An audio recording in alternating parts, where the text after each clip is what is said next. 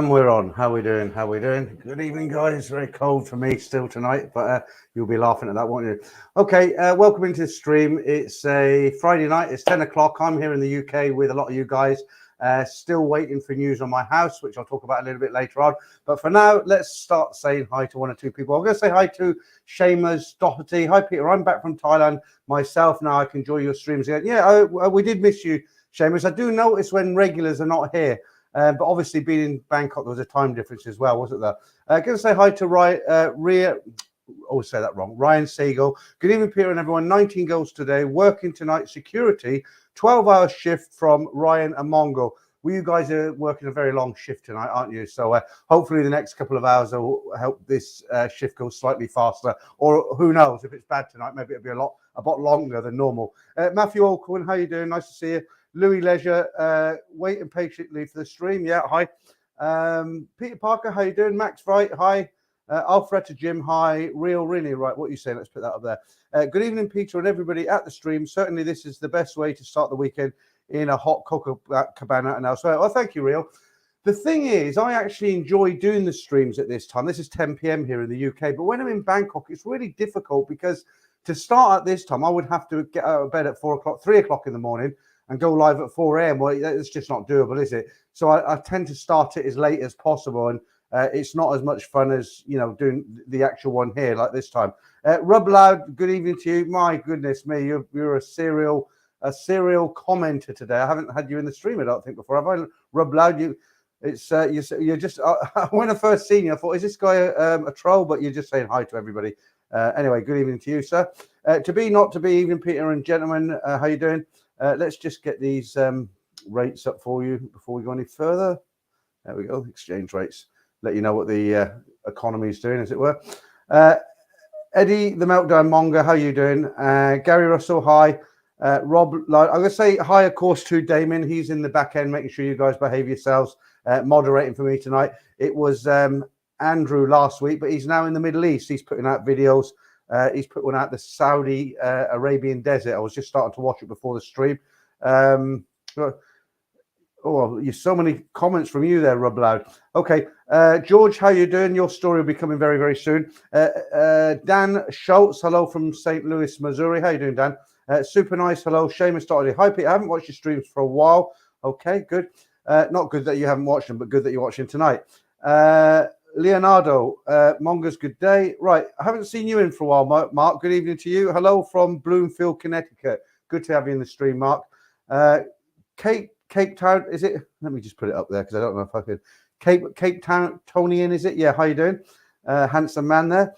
Okay, how you doing? Who else we got in tonight? Let's have a look. Paul Scratch, always good to see you in. Thanks for joining me. Bernie. Bernie is in the house. Hi, Peter. Have a good stream. When are you coming back to Bangkok, Bernie? That's what we need to know so that we can go for another nice Indian curry like we did last time. Scouse Andy 71. Hi, Peter and Mongers. David Halping. Good evening, Peter. Hope all went well for you today. What happened today? Yeah, I think so. I went and bought a suitcase today. I was talking to someone's giving me a super chat there. Now let me just get Jimmy. Thank you. Hello, Peter. Jim from Fort Lauderdale, Florida. I look forward to my first trip in April. Well, you're going to get there, depending on when you get there.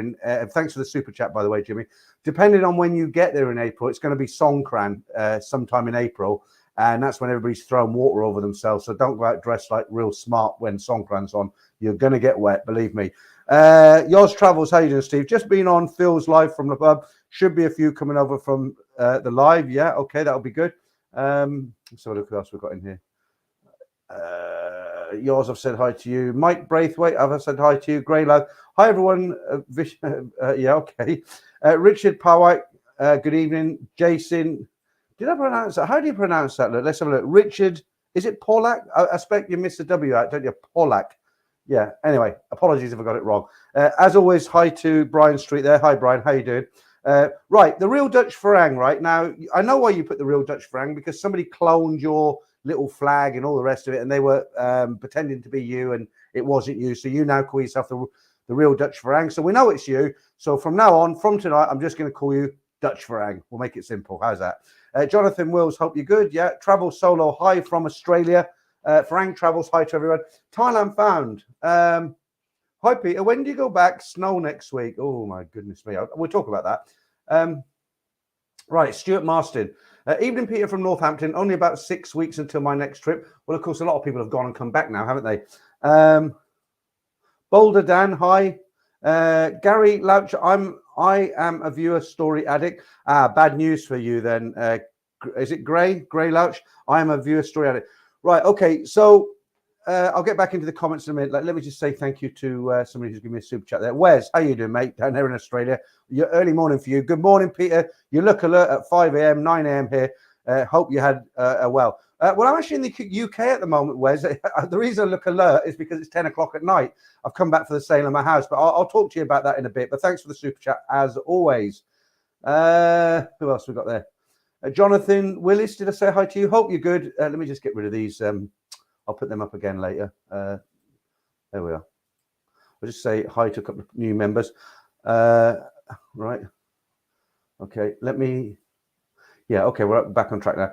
Hey, Susan, how are you doing? Hi, Pete. Long time no hear, no see. Yeah, you know what? I've actually, this is a girl I met I think I met her in 89 in the Holiday Inn in Beijing. She was working as a saleswoman and I was working there as well. And we've kept in touch and stuff, but I haven't contacted you for a long, long time. You know why? Because I've actually been in Thailand for the last 5 months, Susanna. And but I'll probably give you a call tomorrow. I'll try and remember to give you a call tomorrow because I'm at home by myself tomorrow. Everyone's working, but unusual to see you in the stream, but good to have you in the stream. Right, Richard, it's pronounced Pavlak, Polish German. Don't do the W properly. Okay, I'll try and remember, Richard. Palak.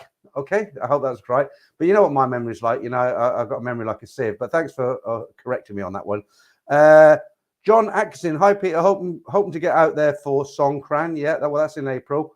Yeah, in Beijing. Let me take this banner down now because it gets irritating after a while. How long do you need to?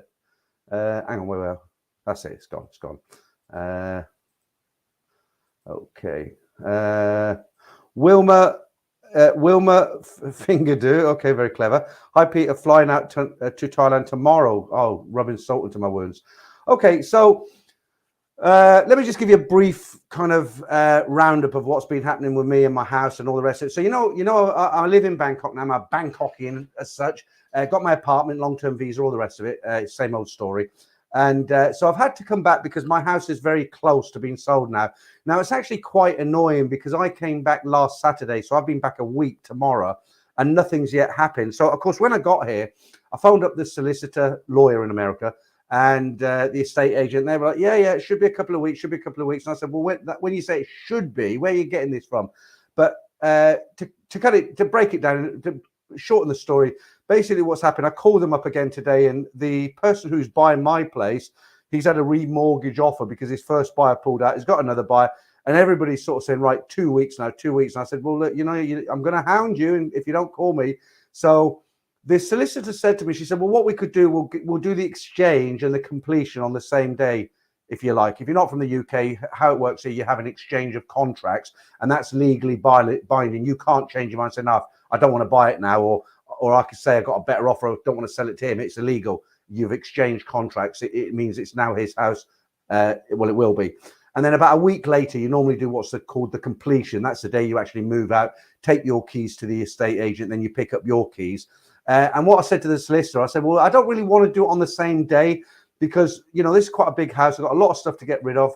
And I need a week where I know 100%. My wife's packed all the boxes. All the cupboards are empty near enough. We've got rid of a lot of stuff. My daughter sold a dining table and 4 chairs, £80 on Facebook. It cost me £300 3 years ago, but better than throwing it in a skip, right? What else? So yeah, they're looking at the figure of 2 weeks, but it's very irritating for me because obviously I want to get back to Bangkok. Okay, I've got a lot of friends there now. I've got my apartment there. I've got a life there. I've got a routine. I walk in the park every night. And I hope it is only a couple of weeks. I don't think anything's going to go wrong because the buyer who's buying my place, I mean, he's obviously paid for his survey. He's paid for his solicitors. Him and his wife both work. So, the estate agent always said your buyer has never been the problem. When it all went tits up about 6-7 weeks ago, the first time buyers kind of got worried. A lot of them pulled out, and a lot of house prices fell through. So I don't think there's any issues with people pulling out. The guy who's buying his flat in Northampton, actually, the apartment of the guy who's buying mine, he's a cash buyer and he's keen to go. So it's just, it's a little bit frustrating because I haven't got a date, and I hate this next week, 2 weeks. I want a solid date where she says to me, we're exchanging contracts on the 5th, we're doing the completion on the 10th, and that's it. And I then know, right, I can book my ticket, I can get a skip on the drive, chuck everything away, call the charity shop to take my couches and everything else away, and basically get on with it. And that's where I am at the moment. So it's not too boring being here because I'm working on YouTube and I've been packing and been, the great thing about the UK, I mean, I'm quite a big guy, I'm about 6'1", and it's really hard to buy clothes in Bangkok, in Thailand. There are one or two big men shops, but you are limited from choice. And I went into Tesco's, my local Tesco's yesterday, and I spent £200. I got underwear, ankle socks, T-shirts, polo shirts like this, and they have my sizes because it's England, right? And that's what I really like about here. So I've been shopping, doing all that sort of stuff. I went over to a place called Rushden Lakes. There's a big Primark there. And I wanted to buy a bigger suitcase because Damon made a very good point. I've got a Samsonite suitcase that I bought in Bahrain in 1986. The hard plastic ones. They're pretty good. But Damon said to me, do you realize how heavy they are when they're empty? And I was in the car and I thought, no, they're not heavy when they're empty. They're plastic. They can't be that heavy. So when I got home, I picked my wife's new suitcase up that she's recently bought. And I picked up this Samsonite. It's about 5 kilos. It's quite heavy. So I'm probably going to replace that. But anyway, so that's where I am at the moment. Right, who else have we got in? Ben, how you doing? Ben Lino, I'm off to Thailand Wednesday. Okay, a lot of people on the way. Nick S, hi. Jay Frost, I might have missed a few because I was rattling on a bit there. If I have, apologies as always. Jay Frost, how you doing? What else? People saying hello to each other here. Gary Louch, is it? That's pretty normal, yeah. I was speaking to somebody in an American, actually, and he was saying to me, he says, I just can't understand why it takes so long for house sales to go through in the UK, because in the States, we do it in a few weeks. And but here it's a lot more in-depth, and they do like land searches, registry searches and everything. But it does seem a bit long. It's been 4 months now. Right, Steve, Damien, get my WhatsApp off Peter. Okay, right, all right. I'll give him that tomorrow if he rings me. Peter looks like he's sitting in exactly the same spot in Soi 4 where I picked up one of my regular girls. Yeah, I'm there looking for her, actually, because she's also one of my regulars. Someone said to me, like, when you came back, let me just, gosh, I must have eaten something salty tonight. Somebody said to me last week, they said, when you came back after 5 months, what was it like stepping into your house, seeing your family again and everything? And do you know what, to be honest, it was like I'd never been away. Like, I'm walking Benji the dog every day again. And, but yeah, it's no different. My wife and daughter's up there doing what they usually do. And, I'm doing what I usually do. And it's like, it just doesn't seem like I've been away, The one thing I have noticed, I must have climatized to the heat in Thailand, because when you first get there, you're like, Jesus, this is hot. But when you live there, you do actually get used to it. You climatize. And I think I've climatized to the heat in Thailand because I'm feeling really cold here. I mean, much colder than I normally do. I mean, I've gone on lots of trips and come back to the UK, and I just really feel it. And my daughter says, Dad, it's not that cold. And I'm like, it is. I've got a vest on underneath this. I went out with a big, heavy jacket on. And I do. I just think it's because I've climatized and I'm used to the hot weather. So I hope I don't climatize here in the UK and then go back and have to do it all again. Right, Wes. We are going back to Thailand for 6 weeks in November, unless we can get a special on airfares for April. Then we'll do 3 weeks and 3 in November. Also, a week booked in May to Perth. Okay. Well, I'm actually going to treat myself this week, this time, Wes, because, I must have flown to Bangkok, Thailand 100 times over the last 30 odd years. And I've decided now I'm not going to mess about. I'm going to go business class, right, for a couple of reasons. Okay. One, I had the worst flight I've ever had last week when I came from Bangkok to here. I told you all about it, so I won't go over old ground.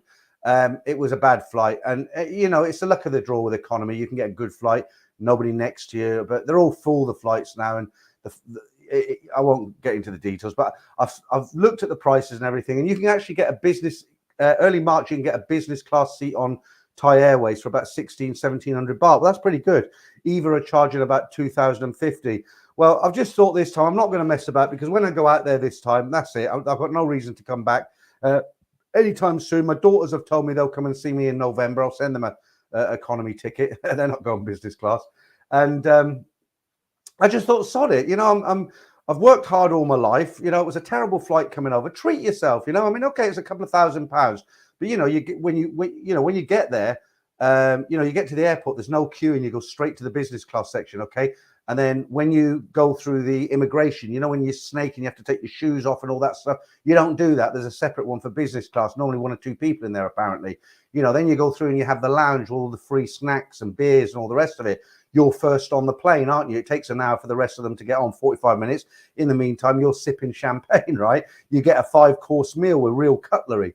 And then, you know, a little bit later on, she brings you a mattress. The seat actually goes completely flat. They give you pajamas and a like a pack. I won't put on the pajamas, I'm just saying. And a blanket, and you're actually in a bed, you know. I mean, what a great way to travel. And then when you get off at the other end, of course, it's all quick again because you're a business class passenger. I couldn't afford to do that all the time, but I thought, you know, I'm going to do it. And the other advantage of it is because I'm going to be taking more than one suitcase. I went over to buy a suitcase, and I thought, right, I'll get the biggest suitcase I can find. And I found one. It was like a wardrobe, right? And I thought, hang on a minute, you know, if I have to go up some stairs and the lifts are broke or something like that, and you know, I'm going to struggle with that. So what I've done, I've got one normal kind of big suitcase, and I bought a smaller one, and I should get everything in that. But that's going to be good because I can separate aerosols and stuff. I want to take 8 cans of deodorant because it's quite expensive in Bangkok to get deodorant, and I want to put 4 in one case and 4 in the other case. And but yeah, I'm going to have to go back over and get another bag. Right. Is that Tihin? Hello, everybody. TGIF is short for Thailand Girlfriend. Okay. Travel solo in Australia. Let's put a few of these up. Right. In Australia, when you sign a house contract, everyone involved knows exactly when the date settles, and all money transfers happen on that date if it doesn't settle on that day. Yeah, I mean, basically, that's how it happens here as well. You have the I've just said it, the exchange date. Not the completion date is when you move, the exchange date. But that's when you've both signed the contract. You said, right, okay, you're definitely moving. They're definitely moving in. There's no pulling out. And then the next, you know, the completion date, that's when you do the keys. Let me just say thank you to Richard Palak. Okay, so I remembered, no W. Hopefully by moving over to Thailand 2028 for early retirement, we'll be back in Thailand November for a month. Brilliant. Look me up. A lot of viewers contact me when they come over, and I mentioned this a few times. Most of the time I can meet them, but you know, some guys expect me, because they're going for 2 weeks on holiday, and they expect me to meet them and go around go-go bars every night till 3 or 4 in the morning. I can't do that anymore. I get tired, you know, and I don't drink as much as I used to.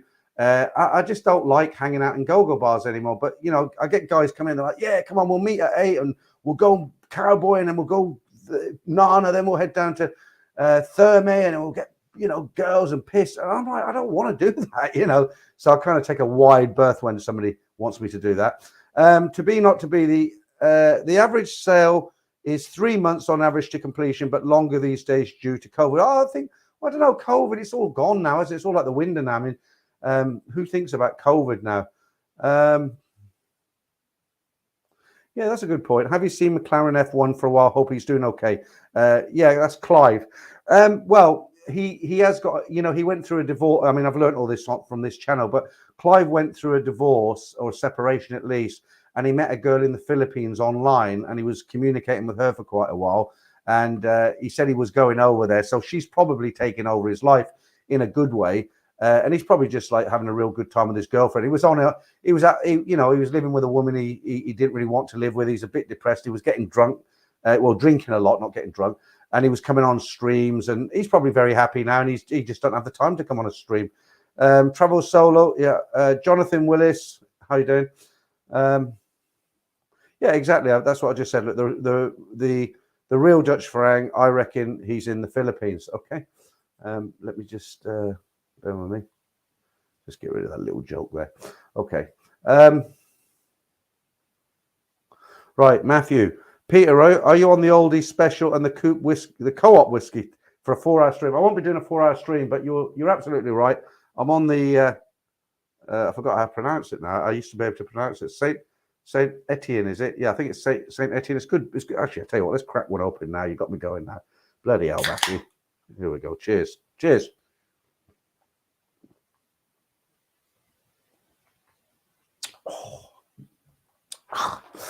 Right. Wes again. I will definitely catch up with you in November. You can meet up with us for a dinner one night. Yeah, that's the sort of thing I'd rather do. Wes, you know, I mean, I've met a couple of guys for lunch. One day we were going to go to the Huntsman downstairs basement of the Landmark. They do a good Guinness down there, but unfortunately it's closed for good. Apparently, well, it's closed, and they told us it's not going to reopen. Not as the Huntsman. It used to be a good place. Right, Paul Scrath. Yeah. Okay. Right, Mark. Can you drink a lot without getting drunk? It depends on, you know, it depends on a lot of variations, Mark. Sometimes I just drink one beer and I feel, blimey, I'm drunk, you know, and then on the second beer, I kind of get a bit more sober again. I think the body gets used to it, but no, not really. I'm very average. You know, I'll drink 2 or 3 beers. I do drink whiskey, but people think I'm knocking it back by the bottle load. I'm not. I've got a glass here and I'll probably have that much. You know, it's just I do like whiskey, but I've cut down a lot, you know, because obviously health and stuff. Louis Leisure. It's basically Stella. Yeah, it is. Well, the can looks like a Stella can anyway, doesn't it? Right. Any Thailand fan? Any comps or manga minutes tonight? Yeah, we have got a manga minute. Should we do that now? A bit early for the manga minute, isn't it? No, I'll do it twice. Okay, let's do the manga minute. See if somebody's asked for it. Did I do one? Yeah, I have done one. Who remembers this? We do this. I used to do this a year ago. Just one, just for the sake of memory. This is quite funny. And now, the films you've been waiting for. Straight from the files of the British Secret Tea Service. My name is Bond. Brooke Bond. Meet T, Bond's boss. That's me. Ada Lot. You called? And the beautiful Tanya. Brooke, darling. The films they didn't think possible. On your screens now. Morning, sir. Is it about the big bag? You called? Now, gentlemen, we must safeguard the secret of the nation's favorite tea. Admirable. If you get caught, Bond, use this converted tea urn. What's a converted tea urn? I think that's enough of that. It gets a bit corny after that. Right, okay, we won't be doing any more of them. Right, 20 Rothmans, how are you doing? Haven't seen you for a while. To be or not to be, you're absolutely right. Premium economy is nowhere near business. Only makes sense if you already have airline status. I used to fly premium economy years ago with Eva before it was called economy. And it was very different then because what it was, they were business class seats. In the old days, the business class seats were just big seats. They didn't fold back into beds with all these fancy cupboards and lights and, you know, like they are today. I used to, in those days when I used to fly, a return ticket to Bangkok was £350. If you wanted to upgrade to economy upgrade, I think it was about 450, 475, something like that. And all it was exactly the same as economy, but you sat in a business class seat. If you look at the economy, the premium economy now, they're actually purposely built slightly bigger seats, and there's only you got 2 aisle 2 aisle 2, whereas in economy you got 3 aisle 3, or was it 4? No, 4. Sorry, 3 aisle 4 aisle 3. So you've got that little bit of extra, and some people prefer it because you've got a little bit more leg room, and there's less people in that part of the cabin, so there's not such big queues for the toilet and what have you. And you've got your space there because you've got this little kind of table thing between you and your neighbor, as it were. I would certainly fly economy, premium economy. I think it's got to be a lot better than regular economy. But yeah, it's not a touch on business class, not a touch. The main thing for me is that it goes into a bed. You know, I take a night flight, have a few beers at the airport. Well, I always manage to sleep most of the time, but to actually be able to get down with a you know, on a proper pillow with an eiderdown, whatever you call them these days, and you know, like you're in bed. I mean, fantastic. You wake up in it lands at 3:30 in Bangkok the next day, totally regenerated or revigorated or whatever you want to call it, and ready for a good night out, as it were. Right, Mark, how many cups of tea do the British drink each day? Approximately 100 million cups daily, which is almost 36 billion per year. You've been on your Google, haven't you, Mark? It's changing very much. Tea is still a very big drink in the UK. You go into any office or you go to see workmen come round, like electricians, plumbers. The first thing you say to them is, do you want a cup of tea? And most of them say, oh, yeah, I'll have a cup of tea. Make it builders. That means very, very strong, right? So very big. But a lot of people have moved over from tea. I never, ever drink tea, ever. because I'm a total coffee drinker now. I always have coffee, and I think there's, we've got a lot of fancy coffee shops that we never used to have in the old days. Tea is pretty good still for a lot of people. It's still a big drink in the UK, but there are a lot more coffee drinkers now.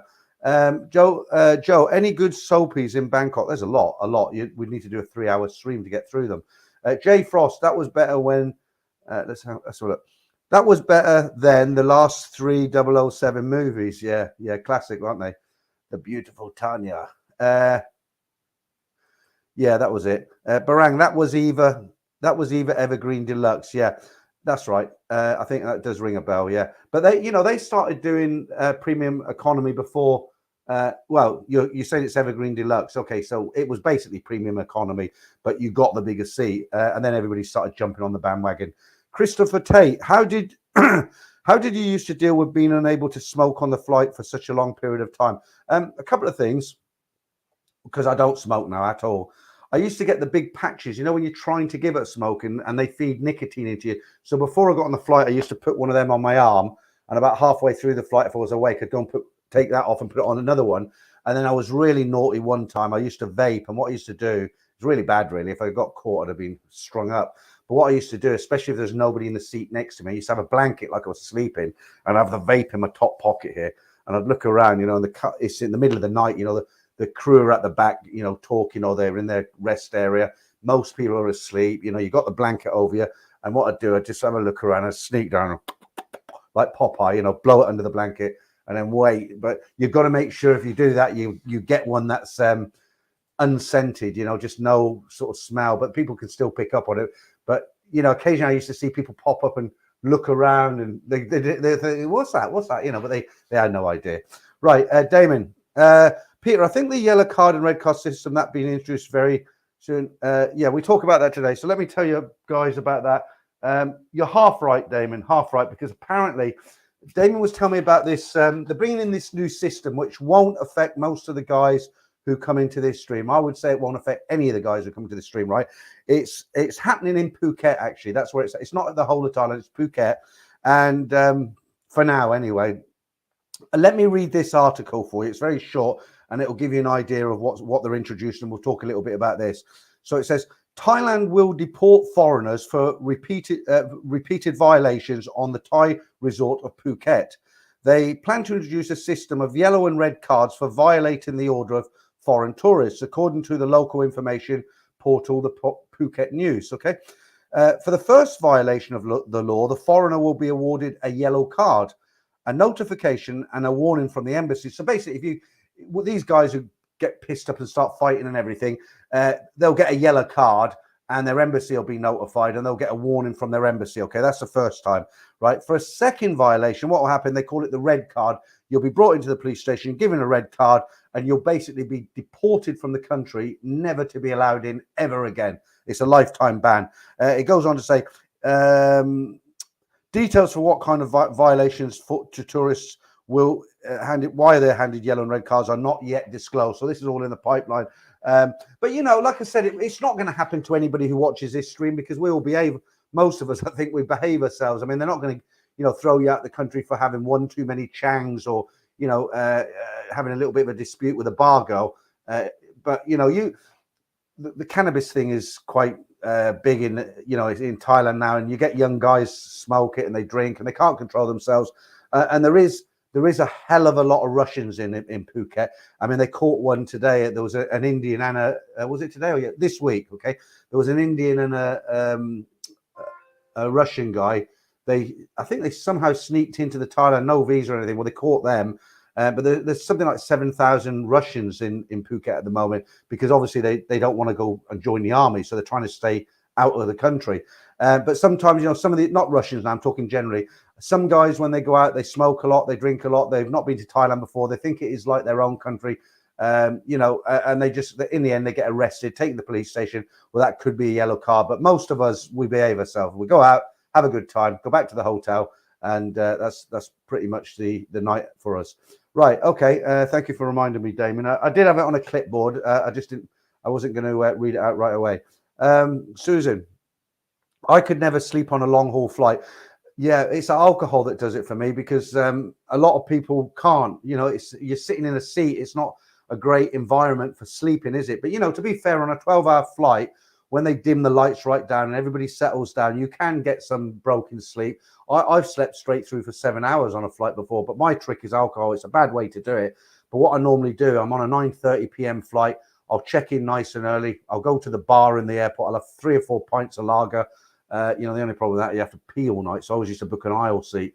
And then, no, I did book a window seat. Then I'd have to climb over people. So I'd have 3 or 4 pints of beer. And then I'd get on the plane and they don't seem to do it now. They used to bring the trolley around and give you a little bag of nuts and you could have a drink. And then there was a kind of half hour to an hour space between the snack and your main meal, dinner. Then you got breakfast in the morning. But I noticed this time on Thai Airways, and it's not COVID now, is it? They're very reluctant to give out alcohol. You have to. They do give out alcohol, but it's not as free flowing as it used to be. So basically, what used to happen, you get on the aircraft, it took off, the seatbelt sign would go off, and then one of these trolley dollies would bring a tray with one of these carts, and they just give everybody a packet of mixed cashew nuts or peanuts, and then ask you what you want to drink, glass of wine or a beer. I used to have a beer, okay. And then they go away, you drink your beer, and you could call for another one if you wanted to. But they don't do that anymore. They don't do that service where they give you a snack and a beer, which is a shame. And then when they bring the meal round, I said to her, can I have a beer? Have you got some beer? And she said, oh, yeah, wait, I'll come back to you. And I'm like, wait. Anyway, so I said, well, I'll have a glass of wine then, And then she did bring me a beer. She said, I've got Chang or Heineken. What do you want? I said, I'll have a Chang. But yeah, I find it impossible to get a second one because it's almost as if I don't think they're trying to save money, but I don't know, maybe they've had issues. They just don't want to give out alcohol in economy very much now like they used to. I remember going to when I was a real pisshead years ago, I remember going to the back of the plane, the galley, and I was younger then, all the girls were there, would all be joking about, and I'd be bloody helping myself to vodka and beers, and, they didn't give a shit. But now they're really tightened up on it. And I was reading today that Thai Airways profits are like 3 times what they were the year before, 19, something like that. They're doing really well at the moment. Okay, Mark, I flew Anna there. That's a Japanese airline, is it, Anna? I flew Anna there, 10K US 3 years ago, business class, private seat, full flat slept deep, 5 hours each way. Yeah, I don't know if I could blow 10 grand on a flight. From the UK, you can get a business class flight now for about 2K sterling, which is probably about $2,200, and even more if you go Thai Airways, even more. But apparently, Damon told me this: the layout of the business class in EVA is a lot nicer than it is in Thai, because Thai they kind of do rows. They're very spacious, obviously, because it's business class. But in EVA Air, they kind of space out the chairs like this, so you don't have a neighbour. You have all this privacy. Travel solo. No one drinks tea in Australia. Coffee culture is big here in Oz. Yeah, okay. Yeah, I'm not a tea drinker. I'm surprised at that though, with the connections, with the old UK connections, but that's probably all lost now, isn't it? Bottle baby, take some pictures to sleep while floating. Take some practice to sleep while floating. Okay, a bit extreme there. Louis Leisure, big. Right, I'll tell you what I'm going to do. I'm going to do the Monga minute so I can grab something here. It's about a minute and a half this week. I'll do it at the end again.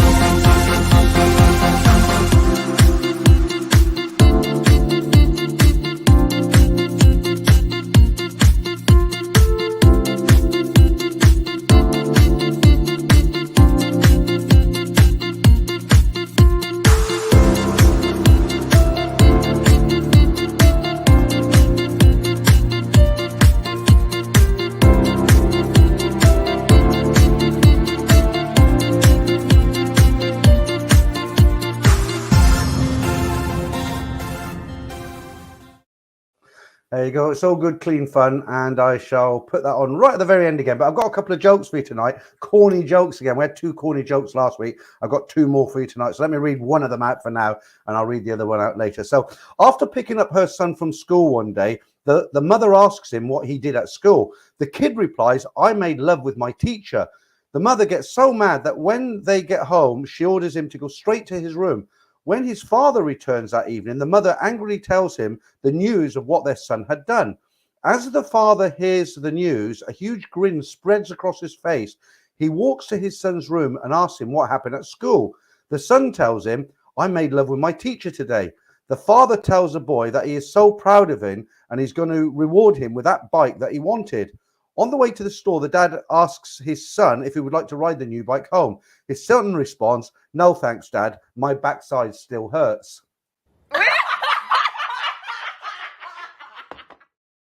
Yeah, well, it wasn't that funny, but there you go. One more later on. Corny jokes tonight. Okay, right. Good evening if you just joined us. We've been going for about 40 minutes now. Right, Louis Leisure on the plane. Jonathan Willis, coffee is always the best. Deke, how you doing? Peter, are the daisies? No, they're all gone for the winter, Deke, and I'm managing to hold it a lot longer now. And maybe a live monger minute from Damon. That'd be good.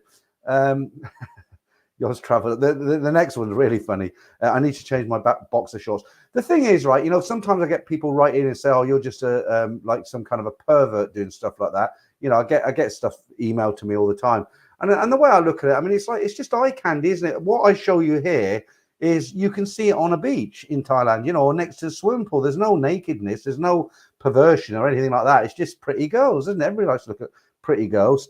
Unless you're gay, then you like to look at pretty boys, I guess. Right, the real Dutch Farang, what? George, okay, Joe Pett, I will say kick out all the tourist troublemakers from Thailand.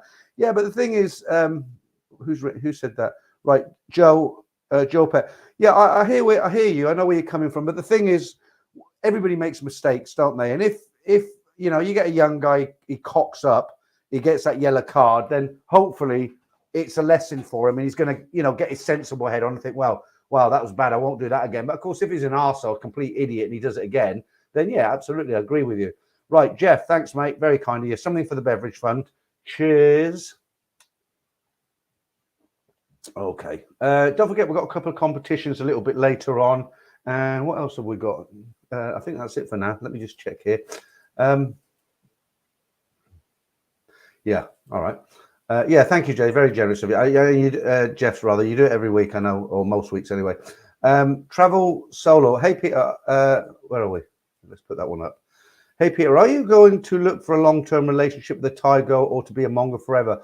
Well, I'm not going to look for anybody, but the thing is, I think a monger lifestyle is quite a lonely lifestyle. It's okay if you go, you know, if you're going to Thailand for a couple of weeks and you want to fill your boots, there's nothing wrong with that. As long as, you know, if it's consenting adults, you know, and you want to do that and they're happy for you to do that, that's fine. That's absolutely fine. But I think when you live out, when you live in a place for a long time, isn't it nicer to have a little bit of company? You know, somebody you can maybe take to Hua Hin for the weekend. You can go to the cinema, have a nice meal somewhere. You know, we'll see. I'm not looking for anybody. You know, I was out there for 5 months and I didn't, you know, I'm married, aren't I? So I'm not going to be looking anyway, even though I won't be married for long at the moment. I'm not going to, you know. Right. Some nice woman there, Peter. Yeah. I tell you, I forgot to mention this. I went to see, I think I mentioned it last week, but I was with, you know, Franco, who does the moderating. He's in Pattaya at the moment. And he's like a washed up sperm whale. You know, he lays on the beach all day. And, but yeah, he's having a good time down there. I can't give away too many of his secrets, but yeah, he's having a good time. Right. Kurt Bohem, wondering about retiring there as well. It can be cheap there, Kurt. The thing is, I live in Bangkok in a great location. But, you know, like I said to you last week, the 5 months that I was there was a great rehearsal because although I know Thailand very well, you know, it changes all the time like everything else. And, you know, while I've come back now and I've reflected on the 5 months, what I did, what I shouldn't have done. But, you know, even in that 5 months, I was starting to fly in cheaper places to eat, but good places. I was finding where to buy certain things. Like I needed glasses, right? I found this lady, she sells glasses like with the numbers from 0.1, 0.2, 0.2, all sorts of glasses, different color frames, and 150 baht. I bought 3, and I think she gave me for 400 baht, which is £10 for 3. These look like they don't reflect so much like the old ones. You know, they used to reflect a lot, didn't they? And I'm finding these things out. Mark, thank you, mate. Very generous of you. That'll go to the beverage fund. Cheers. You know, and I found, you know, I made that video about the American guy who rents out motorbikes. You know, I was going to buy a Honda Click in Bangkok, but he does a deal where, you know, you can rent a Honda Click for, I think 2,500 baht a month. What's that? That's about 60. Is it about £65 a month for a motorcycle? Okay. And he does bigger motorbikes as well. But if you sign a contract for 12 months, you get 2 months of it free. So that brings it down to about 2,000, just over 2,000 baht a month if you sign up for 6 months. So I'm kind of thinking of taking a Honda Click off him for 6 months and see how I get on in Bangkok. You know, because like I said to you before, you start going down Soi 22, 24, 23, 13. These Sois, the streets, they're really, really long. And we miss out on a lot of stuff because I'll give you an example. I know which soy was it now? Some of the soys you'll go down and halfway down there'll be a Danish bakery. I don't know why I said Danish. There'll be a bakery and they cook fresh bread every day. And you can go there and you can buy a freshly baked sourdough bread. I know where to get that anyway. I can get it from Robinson's. I can get it from Villa. But I mean, a proper baker where they're baking every morning at 5 a.m., right? So you can miss out on these sort of places. You want to go to a dentist, you know, you see one on Sukhumvit and it might be quite cheap compared to back home, but it's kind of expensive for that area. And you go down maybe, I don't know, Soi 15, and you go right down the end, you find a little dental clinic there, which is just as good, but half the price. So this is the reason I want the motorbike. I want to be able to explore these long Sois. You can't make much headway on foot, and it's starting to get very hot now. November, December was perfect.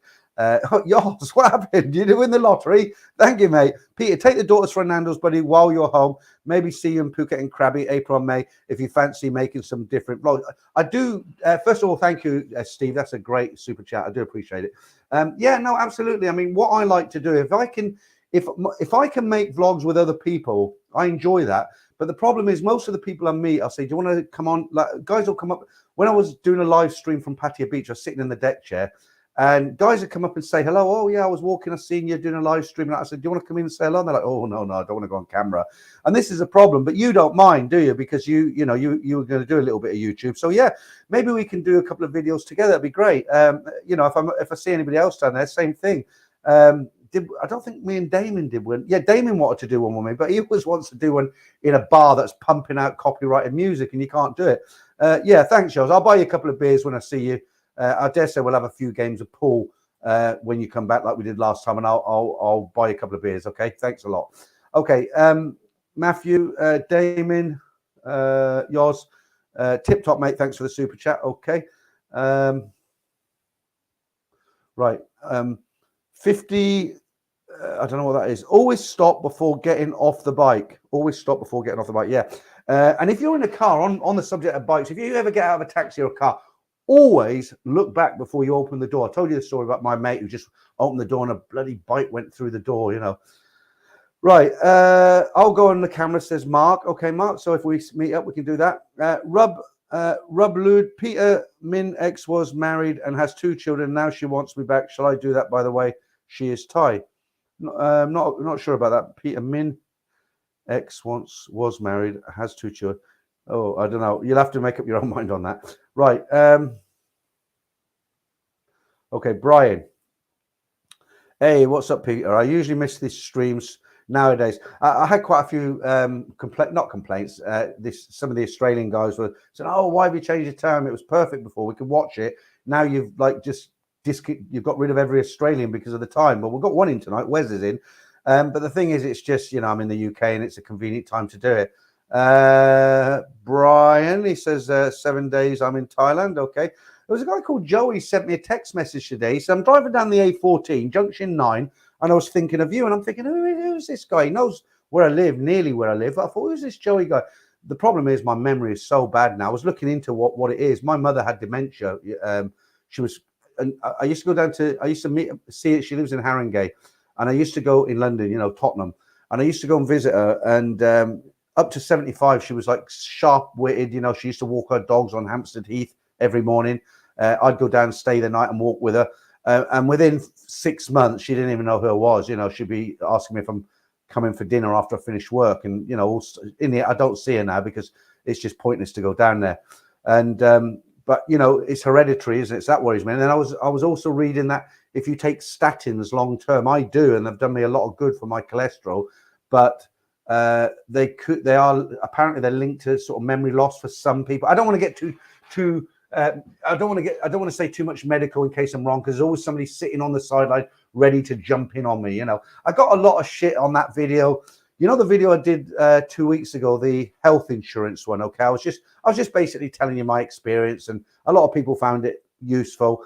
But I got a lot of shit as well, because in that video I'd said, well, I'm going to put 300,000 baht away to self-insure. But what I didn't say that I'm also going to do is the 33,000 that I was going to pay the insurance company every year. I'm going to put that in on top of the 300 that's sitting there, and I'm going to increase that by 5% a year for inflation. And I've got a credit card with 500,000 baht available funds if I need it. So I'm pretty well covered self-insurance. But I didn't say this. I just said I'm going to put 300,000 away. And people were like, oh, you must be mad if you think 300,000 is going to get you out the, you know, if you have a long-term illness. And a lot of people referred to Kevin in Thailand. But his case was totally different, you know, because he didn't have a footprint in the UK. It was totally cut off. So he wasn't entitled to come back and use the NHS. Whereas I have an address here, even though I won't be living here. You know, I've got other things that give me I pay UK taxes for some things I do here. So that isn't going to be an issue. If I had long-term illness, I could come back and use the NHS. So I think, you know, yeah, thank you, Susan, for cheering me up tonight. Your memory was always bad. You want to see now, it's worse now. I'll be talking about something, and then somebody will give me a super chat. I'll go and say thank you, and I forgot what I was talking about, and I have a completely different subject. Yeah,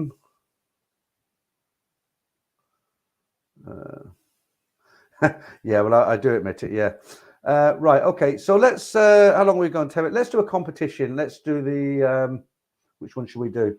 Right, okay, it's Spot the Thai Girl, okay? So same script as last week. There's 8 girls from around Asia, okay? One of them is Thai. There's Filipinos, Koreans, all sorts. The aim of the game is just tell me which of these girls is the Thailand girl, okay? Here we go.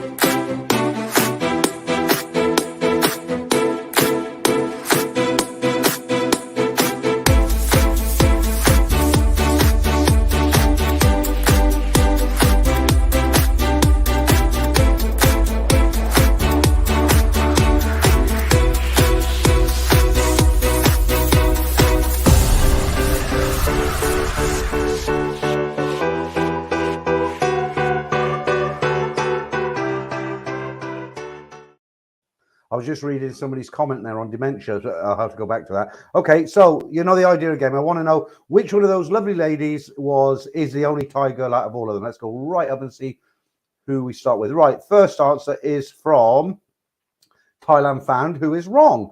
Right, Guy Traveller, no. Matthew Cartwright, no. World Traveller Forever, no. Jeff Say, no. Real Rena, no. M&G, no. Rick E, no. Number 9. Max Veit, no. Yours Travels, no. Brian Street, no. We have no right answers yet. Richard Woolley, no. Ellesmere, no. Deek the Trucker, Brian, no. Coconut Head, no. George, no. Only in Thailand, no. David Heilsberg, no. 50 Bandit, is it? No. J Frost, no. Hi, Michael DiCaprio. Tonto, no. Rubload, no. Elson's Barmy Army, no. William01, no. TRRG6, no. Don, no. No right answers yet. It's a difficult one this week, guys. Gabor, no. Travel Solo, no. Colin, no. Bully Boy, no. David Stewart, no. Rumble, no. Not a single right answer yet. Gemini Star, no. Frontier Nomad, no. Graham Hawkins, no. Damon, no. To be not to be, no. Joe Pett, no. Don Schultz, no. Paul Scarth, no. You better off just pin the donkey, you know, guess. Ty Cloud, no. We have a winner, Jeff Perio, I think it is. Yeah, you got it right. Well done. One winner. Joe Dirt, no. Matthew, no. Matt Martin, no. Original Blaster, Kunda Blaster, no. Adrian Baker, no. Frank, we have another winner. Frank Cardra 711, yes. Leonardo, no. Brian Roberts, no. Boulder Dan, no. Right, let's just see if there's any more right answers. Or I'll be doing this all night again, as I always say. Right, any more? Ben edits. Yeah, I did. I think I mentioned you got it right already. Anybody else? Okay, right. Before I show the answer up, I'm just going to tell you, I double checked these. She is definitely Thai, and she definitely isn't a ladyboy because it will surprise you. Okay, so let me put you out the misery and show you where these lovely ladies are all from.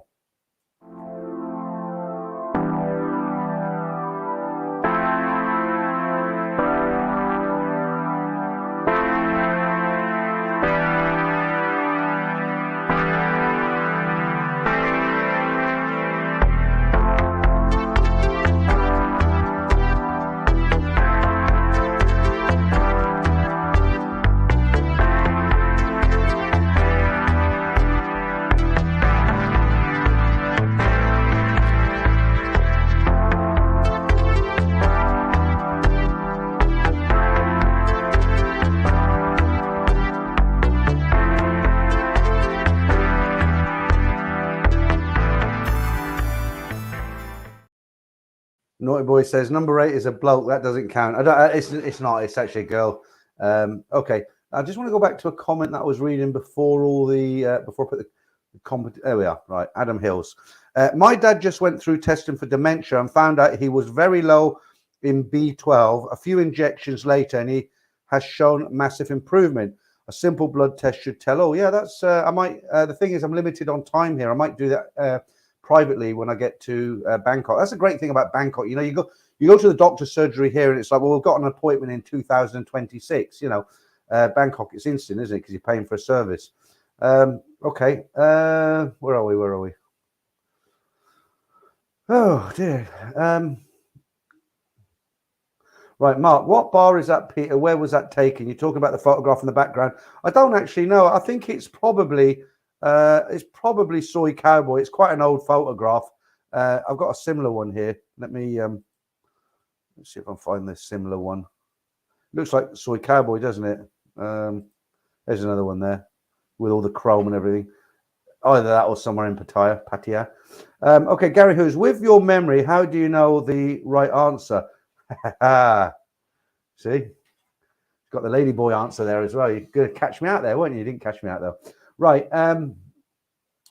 Yeah, original Blaster Kunda 8 looks like a ladyboy. Oh, I did say that. You know, some ladies do look like ladyboys, and some lady get. You know what I'm trying to say? Get the other way around. Right. Okay. All right. Hands up. It's a ladyboy. It doesn't really matter, does it? She was a Thai ladyboy. Right. Gary Hughes with. Right. Okay. Right. Paul Scarth. Nope. Wouldn't have got that one. I think the ladyboy competition might be a bit easier tonight. Get quite a few people get that one right. Right, Nick S. That's that. Let's have a look. That's that weird plastic surgery they get. Okay. I thought maybe 8 looked ladyboy. Well, let me put her up again. I'm not sure if it was a ladyboy. What do you think? I'll put this up 5 seconds. Number 8 you're looking at. Okay.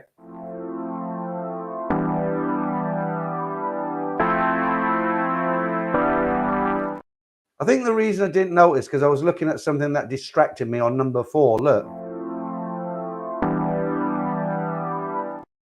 My word. Right. Okay. Enough of that. Disgusting. Okay. Right. Thailand fan. I want to go to China and Japan. I haven't. I spent a lot of time in China actually. About 3 or 4 trips. You know, at 6 months at a time. The thing is. Apparently, I haven't been, but apparently Japan's very, very expensive, but very, very interesting as well. I'll tell you another thing that's popping up in Bangkok that's catching on really fast. You know these what they call Japanese tea rooms. So you go, it's like a normal cafe, you know, a place you go to drink coffee and eat ice cream, whatever like that. They're in shopping malls all over the place. But this concept of them dressing up as kind of like tea maids, you know, the old-fashioned chambermaids that we had in the UK. where they wear the black and white uniform and the little frilly thing around the head and the little sexy skirt. There's quite a few of them popping up in Thailand. They're becoming quite popular. And in fact, there's one on I think it's the third floor of the Market Village in Hua Hin. And you walk around there in the afternoon, there's always the sort of middle-aged to older guys filling up the seats, just drinking a coffee. You know, they all seem to congregate around that cafe. But yeah, there's one also in the where it's Central Festival in Pattaya. Is there one? Was it there? I think so. Yeah, but they're popping. They're getting very, very popular. Excuse me. Right, Damon, Peter, I can't believe I chose the Chinese one. Was she Chinese? Because I know you're a big fan of Chinese, Damon. Right, Dutch Frank, was this find the Thai bar girl or find the Lima? Right. Naughty boy, I think I'd rather hear them speak next time. Yeah, that would be interesting. Right, Joe Pett, my aunt has Alzheimer's disease. I'm afraid I'll inherit it. It's very, very scary, isn't it? Because I don't know if it's an age thing, but like I'll be sitting in the, I'm 63 in April, right? I'll be sitting in the lounge and I'll think, oh, I'll go in the kitchen and get whatever I want to get, some clippers for my nails. I bite my nails actually, but just say I wanted to get some clippers for my nails. I'll stand up, I'll go in the kitchen, turn the light on, and I'll think, why did I come in here? I can't remember. And I go back into the lounge and sit down again. And about half an hour later, I think, oh yeah, I wanted to cut my nails, didn't I? You know, I don't know if that's an old age thing or it is like it scares me to death, dementia. I mean, I know there's a few guys it's happened to in Thailand where their memories got worse and worse and worse, and they're with an unscrupulous, is that how you say it, unscrupulous? They're with a girl, a Thai girl, whether she's ex-bar girl, whatever, and they're boyfriend, girlfriend, but she's obviously younger than him, and the memory starts to go, and she persuades him to take his bank card so he doesn't have to have the bother of going to the ATM, and so she's now got access to his bank account, and there's a few girls who kind of emptied those bank accounts and then scarpered. And the guy's, he's got dementia, he can't even remember what happened, who his girlfriend was. He's just, you know, he's in Bangkok with no money. I don't know what happens to them, but very sad. You know, some of those girls can be very, very ruthless. You know, you look at them in the bars and you think real little cuties, butter wouldn't melt in their mouth. But some of them are very, very ruthless, really ruthless. Yeah, that's something I intend to do, Bottle Baby. I'm not going to do it now because I'm all plugged in. But what I think I'm going to do, I'm going to put it to my wife because, you know, I said earlier on the day of the completion, that's when the van's outside, everything's in it, and then she's going to her new house, and I'll go straight down to Heathrow, right? I'm not staying here. I've made up my mind. When I get the date, I'm booking a flight, and I'll leave here at midday, click the door close. I'm getting to the point with you, but I'm going to shut the door, get a taxi, go straight down to Heathrow, and I'll get on the night flight, and I'll be in Bangkok the next day. And she can, you know, she'll be in her new house.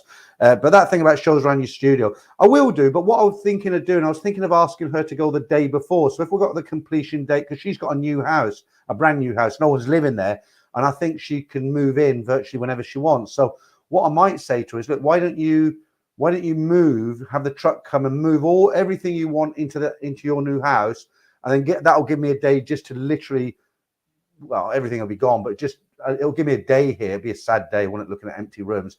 But then what I could do is I could film. It'll be an empty room by then, but I can film it and show you where I am. And you know, you can see where I've been sitting for 3 years in the UK. Okay, I'm in Thailand in a couple of weeks, but you know, I've done live streams and stories here for since 2019. I think it was. I started September 2019. And I was doing 2 streams a week. Talking of streams, right? Okay, I want to tell you something. Damien gave me an idea, but I knew about this already. But let's take this down. Right. So when I was in Bangkok, people are sort of saying, which direction do you want to go with the channel? Because you know, being in England, I've been kind of doing stuff like the competitions, and now I'm in Bangkok. When I get there full time, I want to get into a routine and get out there and film interesting stuff. You know, 3 cheap hotels near Nana, or stuff like that. And but what I've decided to do, because everybody else is doing it, and I think I'm going to do it as well. Now, when I set this channel up, the memberships, I didn't have a clue what I was doing. I didn't know how much to charge. I had 3. I had a silver, a gold, and you know, the cheapy one, $3.99. I think one was $8.99 and one was $12.99. The people who've signed up for the $12.99, they get to watch the stories earlier and stuff like that. But I've spoken to, you know, some of the guys who signed up, and they said, look, we haven't signed up because we want something or we're going to get some discounts or anything like that. It's because it's to support your channel, which is very nice of them. Okay. But what I want to do is I want to do a members stream. So maybe on a Sunday, so maybe do a regular stream like now, because in a members area, you can talk more freely because everybody who's a member, they're there because they like what you do and they want to join your channel, and you don't get the trolls, you don't get the idiots who send stupid messages in, because everybody in there, it's kind of like a community, isn't it? They all, you know, they're all members and they all know each other. Like you guys are always like, hi Dutch, hi Damon, you're all, you know, saying hi and good night to everybody at the end. So it's that kind of community. And I think what I'm going to do, I think I'm going to scrap all the memberships or the high memberships and just have one, keep the low membership, which is £3.99. What's that? £3.99 a month, which is about, it's peanuts, isn't it? It's about $5 a month.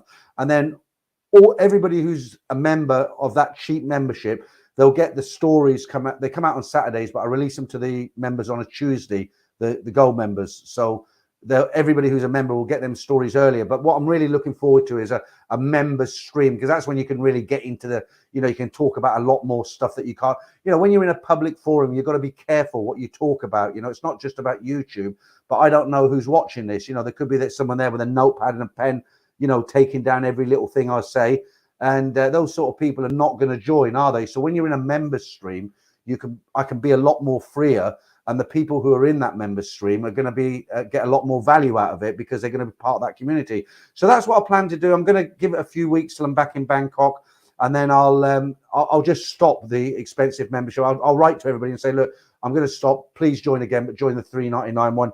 And then once I get up to, I suppose the first 1 or 2 member streams will be very short, maybe only half an hour, because I'm not going to have many people in there. But as it grows, and obviously I can do there'll be no Ladyboy competitions or joke of the week or anything like that. It'll just be a get together, me and members.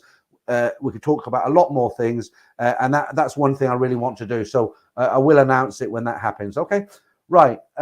Louis Leisure, good plan. I'll be back at Bangkok 22nd of March. Okay, I hope I'm back before then. I really do. David, $3.99. Let's have a look. $3.99 is very high a month when you're on a very low income from Universal Credit. Is it $3.99? Is it? Would you struggle to pay that $3.99? I don't know. Maybe I'm out of touch. It's not really worth me doing it for any less than that, because if I want to make the members thing work, then how much do I charge? 99 pence. I mean, I need 1,000 members to make anything. You know, don't forget YouTube, because I have advertised on it now. The income that I earn isn't a huge amount of money, but it certainly makes a difference when you live in Thailand. It pays my rent, put it that way. If I didn't have YouTube, I could still survive from other things, but you know, it just makes quality of life better. And you know, if I'm going to work hard at it, you know, I do want to get something back out of it. I don't know. I thought what do you guys think? I thought $3.99 a month was quite reasonable, especially if you're getting a lot for it. Yeah, that'd be a month. Louis Leisure for about a month. Yeah, $3.99 for a month. Yeah. Michael DiCaprio, Peter, you're back to normal self when you're a much happier person. Well, really? I don't know about that. I'll be a much happier person when I get out to Thailand. The only thing with Bangkok is I've got a Thai guy living in. I think he's got quite a good job, but he lives in the apartment above me, and he's bloody noisy, you know. And he's like he's always moving about, and I can hear his chair scratching the ceiling. You know, and I don't want to get on the wrong side of anybody. It's my space, but you know, I can talk like at the volume I normally talk sitting here, but when I'm in Bangkok, I talk very low like this, and you lose your mojo. You can't really get into it. You and the bloody whiskey, Matthew. Right, Michael. Yeah, thank you for that. Yeah, M&G says $3.99 is totally fine. Okay, Craig, $3.99 is a great price. Yeah, Yosh Trav said, haha, only go on Capio's when they are talking about normal things. Yeah, I can't go on Capio's stream because, you know, they talk about shit, right? And when I've had a few beers, I'll get in there and I'll get stuck in, you know, and I look at it in the morning, I think, Jesus, what did I say last night? Okay, Real says, I could survive to be without $3.99 a month. Okay. Midnight, $3.99 is the price of a coffee for he said it there. FFS. Don't worry, Peter, that's cheap and below the going rate. It's just to stop time wasters, really, isn't it? You know, because, you know, there's the mojos, there's the, you know, the early videos, any video put out, the members will see it first. And I think that members stream is important because if there is a small, and it is a small charge, really, you know, the people in there are going to behave themselves, right?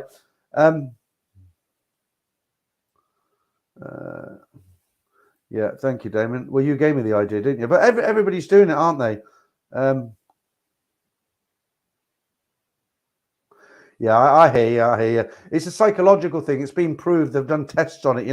That's why shops, every shop, it's $2.99, $29.99, $49.99. They never round it up. And if you think about it, if you go in a shop and something's $4.99, you know it's only a penny different, but it's really hard to get your head around it because it's $4.99. It's not £5. Christopher Tate says, I would be perfectly happy to pay $3.99 a month. Yeah. So the more people who come in, I mean, I'm not going to make huge amounts of money from it, but I'll get something from it, and if we can get the members in, I'll tell you something else we can do as well. Do you remember, I can't do it now because somebody warned me against it. It's dangerous. But do you remember there's one time I did it 2 weeks in a row where I just let everybody on the stream, right? I said, well, come on into the stream. If you want to come in the stream, I put a link up. And at one time, Clive as well, pissed. I had 8 people in the stream. Nobody could hear each other. They're all talking nonsense. Everybody's talking over each other, but it was great. But with a members stream, I wouldn't be afraid to bring people in. So say we're talking about something and somebody comes up with something sensible, I could say, well, do you want to join us? Send him a link. Say like, who we got there? Richard Martin, will you allow any more subscribers to join? Where are we? I've lost you, Matthew. That's annoying. Where are we? Oh, there we are. I'll put it up. Will you allow any more subscribers to join you live? That's a good question. That's what we're just talking about. If it's just about 3 people. Yeah, no, I think what would be interesting, Richard, like I said, is if I'm talking about something and somebody comes into the stream and they say, well, actually, Peter, that's not right because I've done this. I can say, oh, great. Do you want to come in the stream? Yes. Just send him a link. He clicks on it and he's in the stream, and I think we should test it. I think we should try and get Damon in the stream. What do you reckon, guy? He won't come in. He'll be. He always said to me he wouldn't do it. Let me see if he does it. I might have to boot him out because he gets carried away. Damon does. Hang on. Let me just send him this. I'm just going to open up Line because Damon's always wanted to be on a stream, but it's always when we're in a blooming bar in Bangkok with copyright music. Let me just. Where are we, Damon? There he is. Just to say good evening, Damon. How are you? Right. Oh, mind you, it didn't work for you last time, did it? We did a test. It didn't work. Right. I've sent Damon the link. If he clicks it and he does it properly, he'll come in here. But last time I sent him a link as a practice, he couldn't work it out. He's like a tech dinosaur, Damon is. Right. Some dumb bro. Sell merchandise, T-shirts for Thailand. But do you know what? I tried to do that at the beginning, but it's so much hassle. You've got all the logistics of it. There are companies who do it for you, but then you have to charge like 25 quid for a T-shirt and you get £3 of it because they print it, they send it off. You don't have any gear, and you'd have to turn over a load of stuff. T-shirts are pretty good. You can get them made cheaply I'd have them very subtle, I'd have a few. It won't be a long one tonight, or I'm a member of the Monga Minute, something like that. A few catchy phrases. And then, maybe just a Thailand band logo. But the problem is it's easy to get them made. I'd probably give most of them away to members, actually. But the problem is the logistics of sending them out. You've got to put them in an envelope, go trot off to the post office, send them wherever people live overseas. And then, I didn't receive my T-shirt. Just because hassle, doesn't it? I know I'm not going to mention, there is a big YouTuber in Thailand who started off basically like me, just doing vlogs and filming apartments, stuff like that. But he's gone really, really commercialized now. He's selling stuff. I don't want to give you too much information because you know who he is. There he is, the man himself. Right. There he is. How you doing, Damon? Not too bad. Not too bad. Yourself? Yeah, you look all. This is Damon, one of my friends, and I met him on here about 2 years ago. He always said, "Don't let me in a stream because if you let me in a stream, I'll run riot." There he is. Look. Handsome man. Yeah, not too bad. Not too bad. Not for an old boy. So when you were in Thailand, when are you planning to go back to Thailand? Probably in the next month. Okay, I'm laughing because I can't believe you've come on here, Really funny. You always said you'd never come on. Okay, so Damon... I didn't have a lot of choice, Pete, did I, really? Well, you didn't have to click the link, did you? I don't know what I'm pushing. I pushed everything. All right, I'll put you out of your misery now. I just wanted to see if you'd have the balls to come in. So well done for that. And this will be recorded so you can play it back tomorrow. Yeah, of course, I don't muck about, Mr. Peter. All right, okay. Well, keep watching them comments. I will do. Right. I'm off to bed soon anyway. Thank Christ for that. Anyway, have a great stream, mate. Cheers. Thank you. Bye. There you go. It's as easy as that, guys. So, if we do that's Damon there, not lovely bloke. If we, if we do the members stream, I can bring people in. I'm not afraid because on a regular, I only brought Damon in because I know he's not going to splurt something stupid out.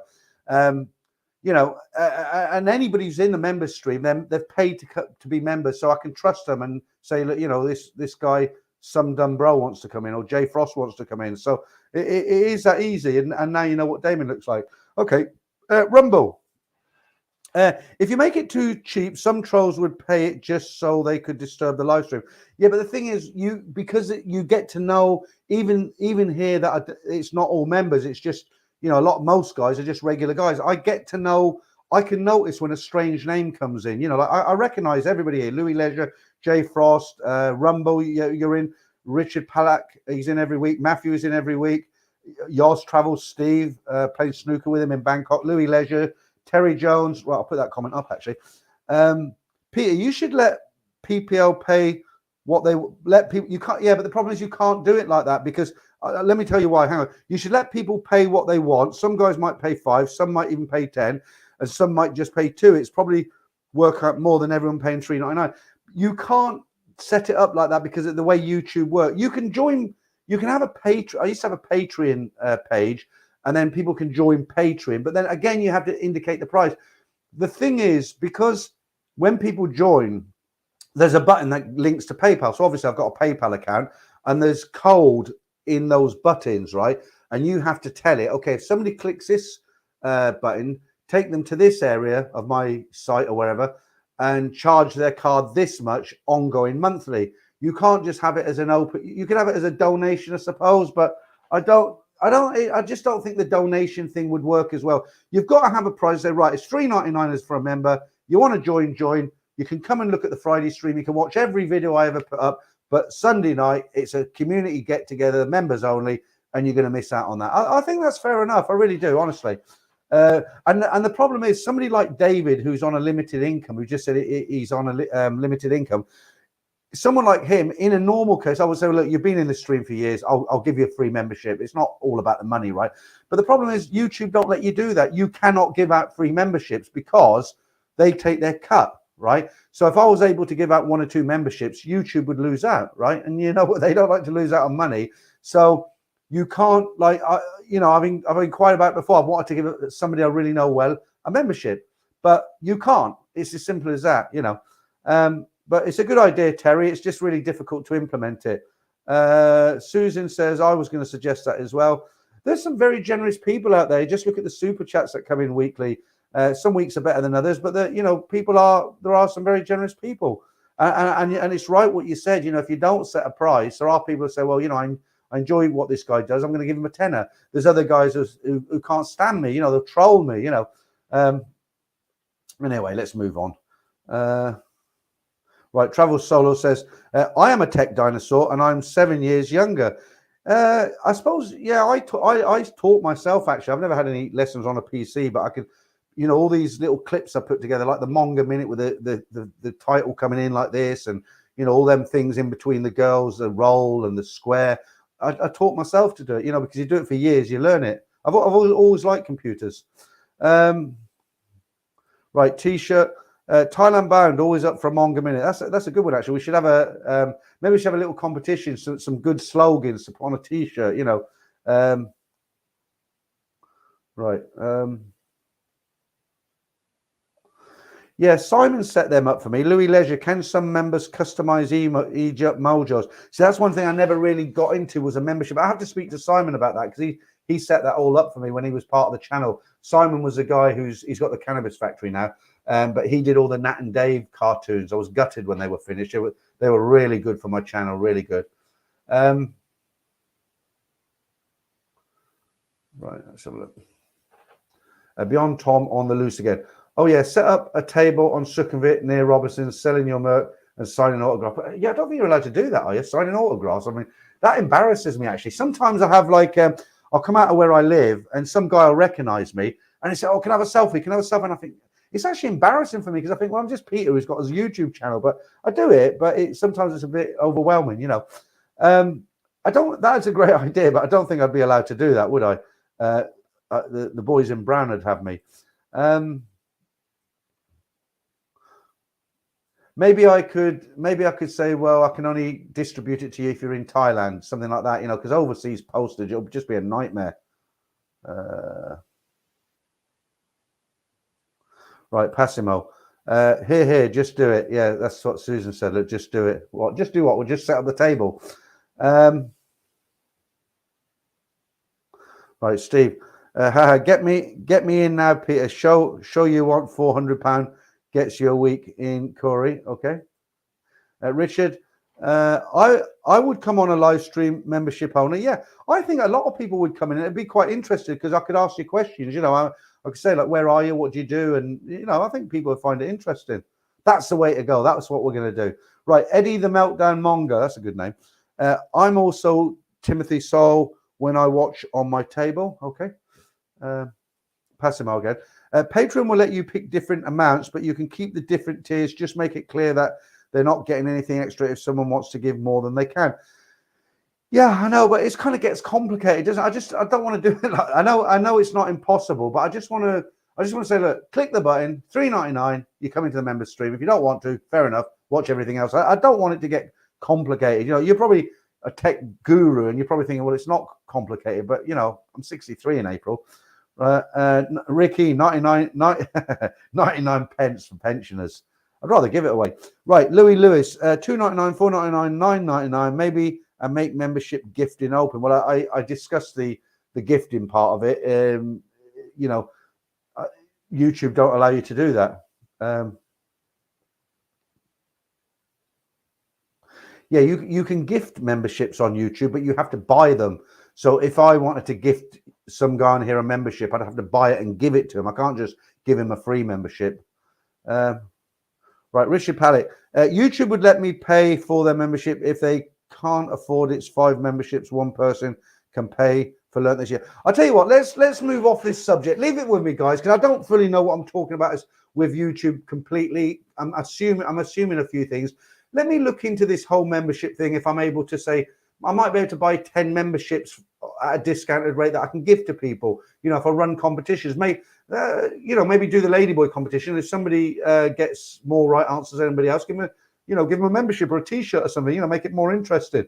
Okay, Ricky, I found the Manga Minute music on a Google search. Yeah, I mean it's that Manga. Well, it's not the Manga Minute music. It's just YouTube music. No, I mean, look, the thing is, I used to use a lot of Thai music on my videos, and you know, I got pulled by YouTube for 1 or 2 songs. They didn't give me a strike, but they just give me a warning. You know, so you know, because they're getting so strict now. We know plenty of these guys have had their channels revoked, removed, taken down. Look at what happened to Brian Flowers. But yeah, I mean, I use the YouTube library of music because I know I'm safe. I'm not going to have any strikes against me or any warnings. And that Manga Minute music, you know, obviously I spent an afternoon just listening to different tracks, and I thought about changing the music, but people get used to something, like, don't they? And when you change to a different sound, people are like, oh no, bring back the old song, you know. So I let it run for a while. I've done 22 Manga Minutes now, different ones. It's quite difficult to get the clips as well. Mark Hewitt, how you doing? Late to the party. Randy, I did see you in earlier. PA Comanche, I've missed you, but I'll just give you a shout out if you're still out there. Paul Scuff says, did Simon get somebody to do Nat's voice on the cartoons, or was it in the song? No, it's a real Thai woman. I can't tell you who she is. But no, she's a real Thai. The problem is, if you do I'm getting into this AI at the moment. It's fantastic. You know, you can, if you don't know what AI, just that was on your question. So yeah, it is a real Thai girl who did the Nat and Dave, the Nat, you know, and but I'm getting into this AI. You know, it'll make pictures, it'll tell stories. You know, it's artificial intelligence. Fantastic what it can do now. Just learning it, you know. Right, Jay Frost. The Nat cartoons were great. Yeah, I was absolutely gutted because they're really complicated. I've tried to get other people to do them for me. It's really difficult because you have to know this. Them cartoons, right? You have to write a script, so the story is going to be a good story. You can't just, you know, you have to write a proper script.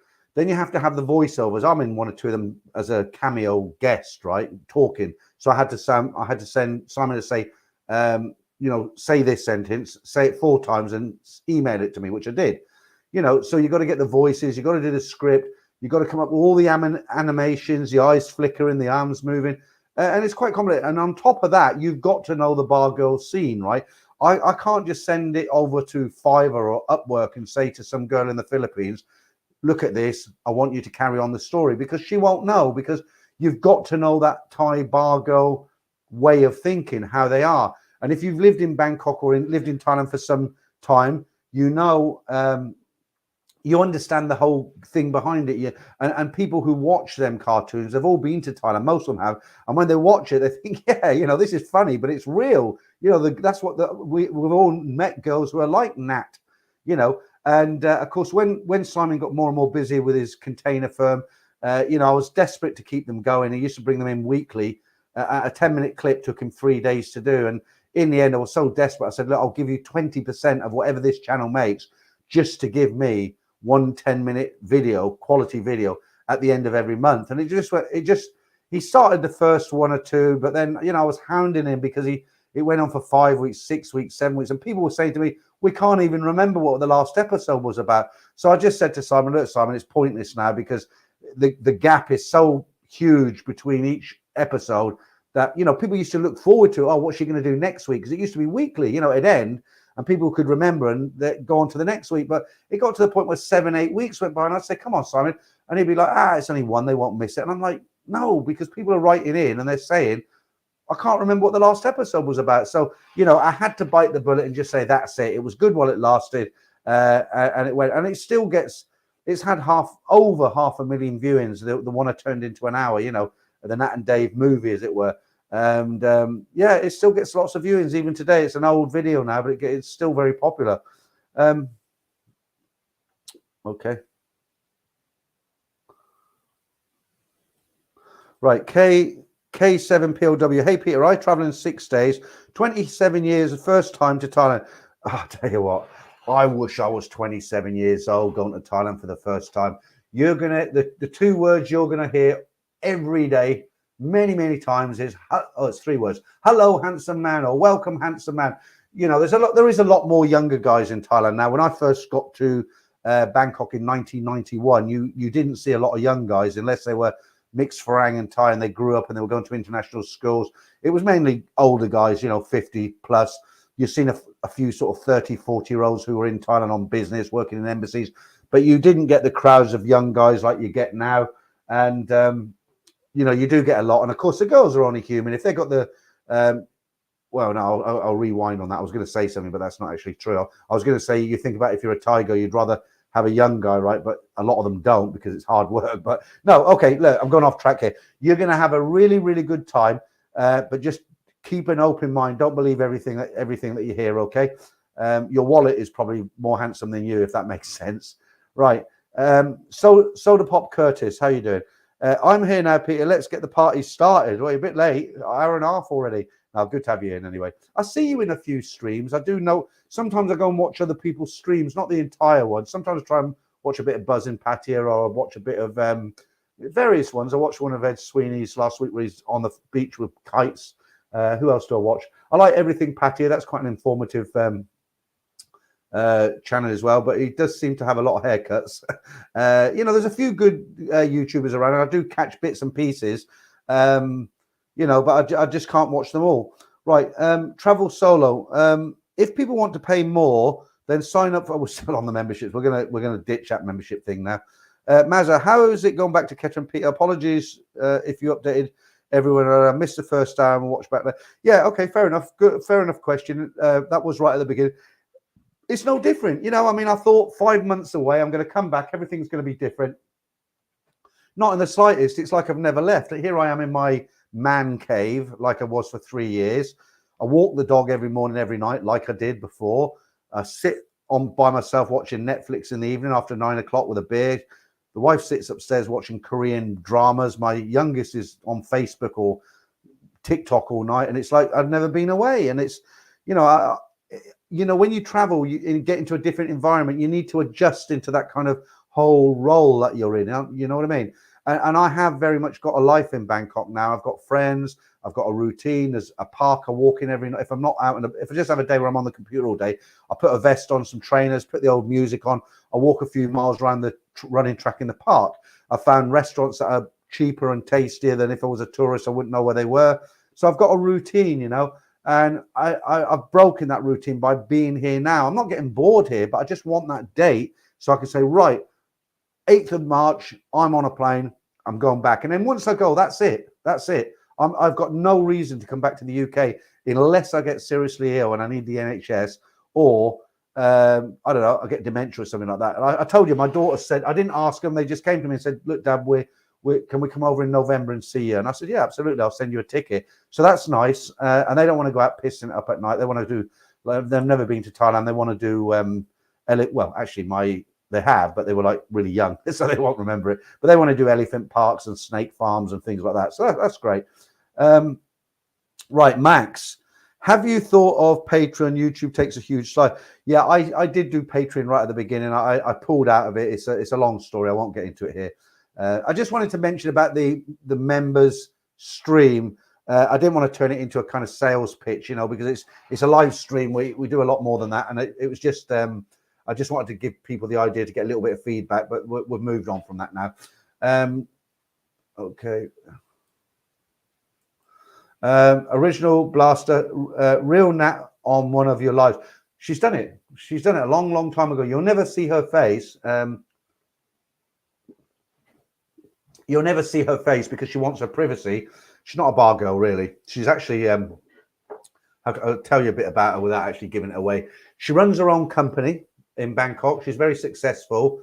She's a friend of a friend of a friend, if that makes sense. That's how we know her. She doesn't go out to bars, and she goes out to, you know, she goes out and drinks wine in nice bars or goes for nice meals. So she drives a nice car in Bangkok, okay? And she's kind of up there, right? But she did this for fun for us. And yeah, she's a real woman. But a lot of people, when they used to watch those videos, are like, oh my God, I've fallen in love with Nat's voice, you know, because it was very cute, wasn't it, the way it came across? Simon just adjusted it very, very slightly in some software. So that was her real voice, 90%, but 10 of it was just tweaked so that you couldn't kind of really nail it down to be her. But it was her. Okay, right. Soda Pop Curtis, Peter, I'm feeling bad for the bar girls. Why is that? Let us know. We can talk about it. They're having a good time at the moment. They're very expensive. They're making good money. Right. Antonio, how you doing, mate? Yeah, good to have you in the stream.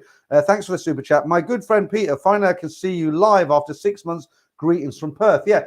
So because I changed my time, Antonio, so I had some Australian, so it's not a great time, but it's only for a couple of weeks, and then I'm going to go back. But good to have you in the stream anyway. How long we've been going? An hour and a half.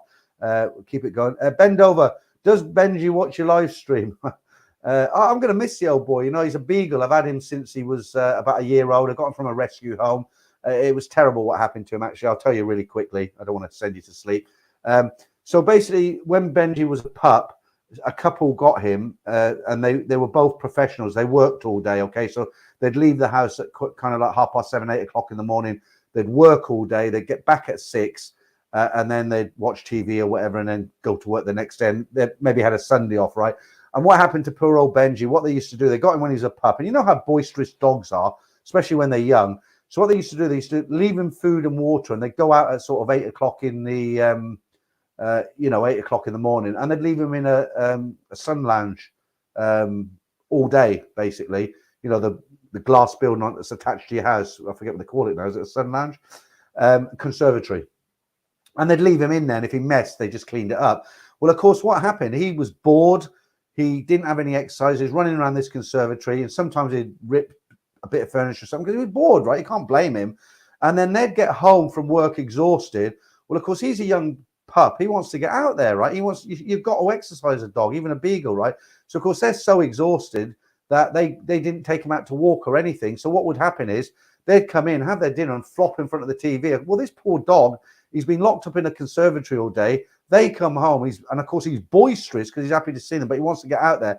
And of course that annoyed them because they were tired, and they just put him in a rescue home. And then we got him, and I think he's had a good life with us, because I walk him about 3 to 5 miles every day, relentless. That my daughters love him. He jumps up on them and they have him on the bed and stuff like that. So I'm going to miss him. A dog's like your best friend. It doesn't matter what sort of a day you've had. When you come home, he's always your best friend. He's always happy to see you.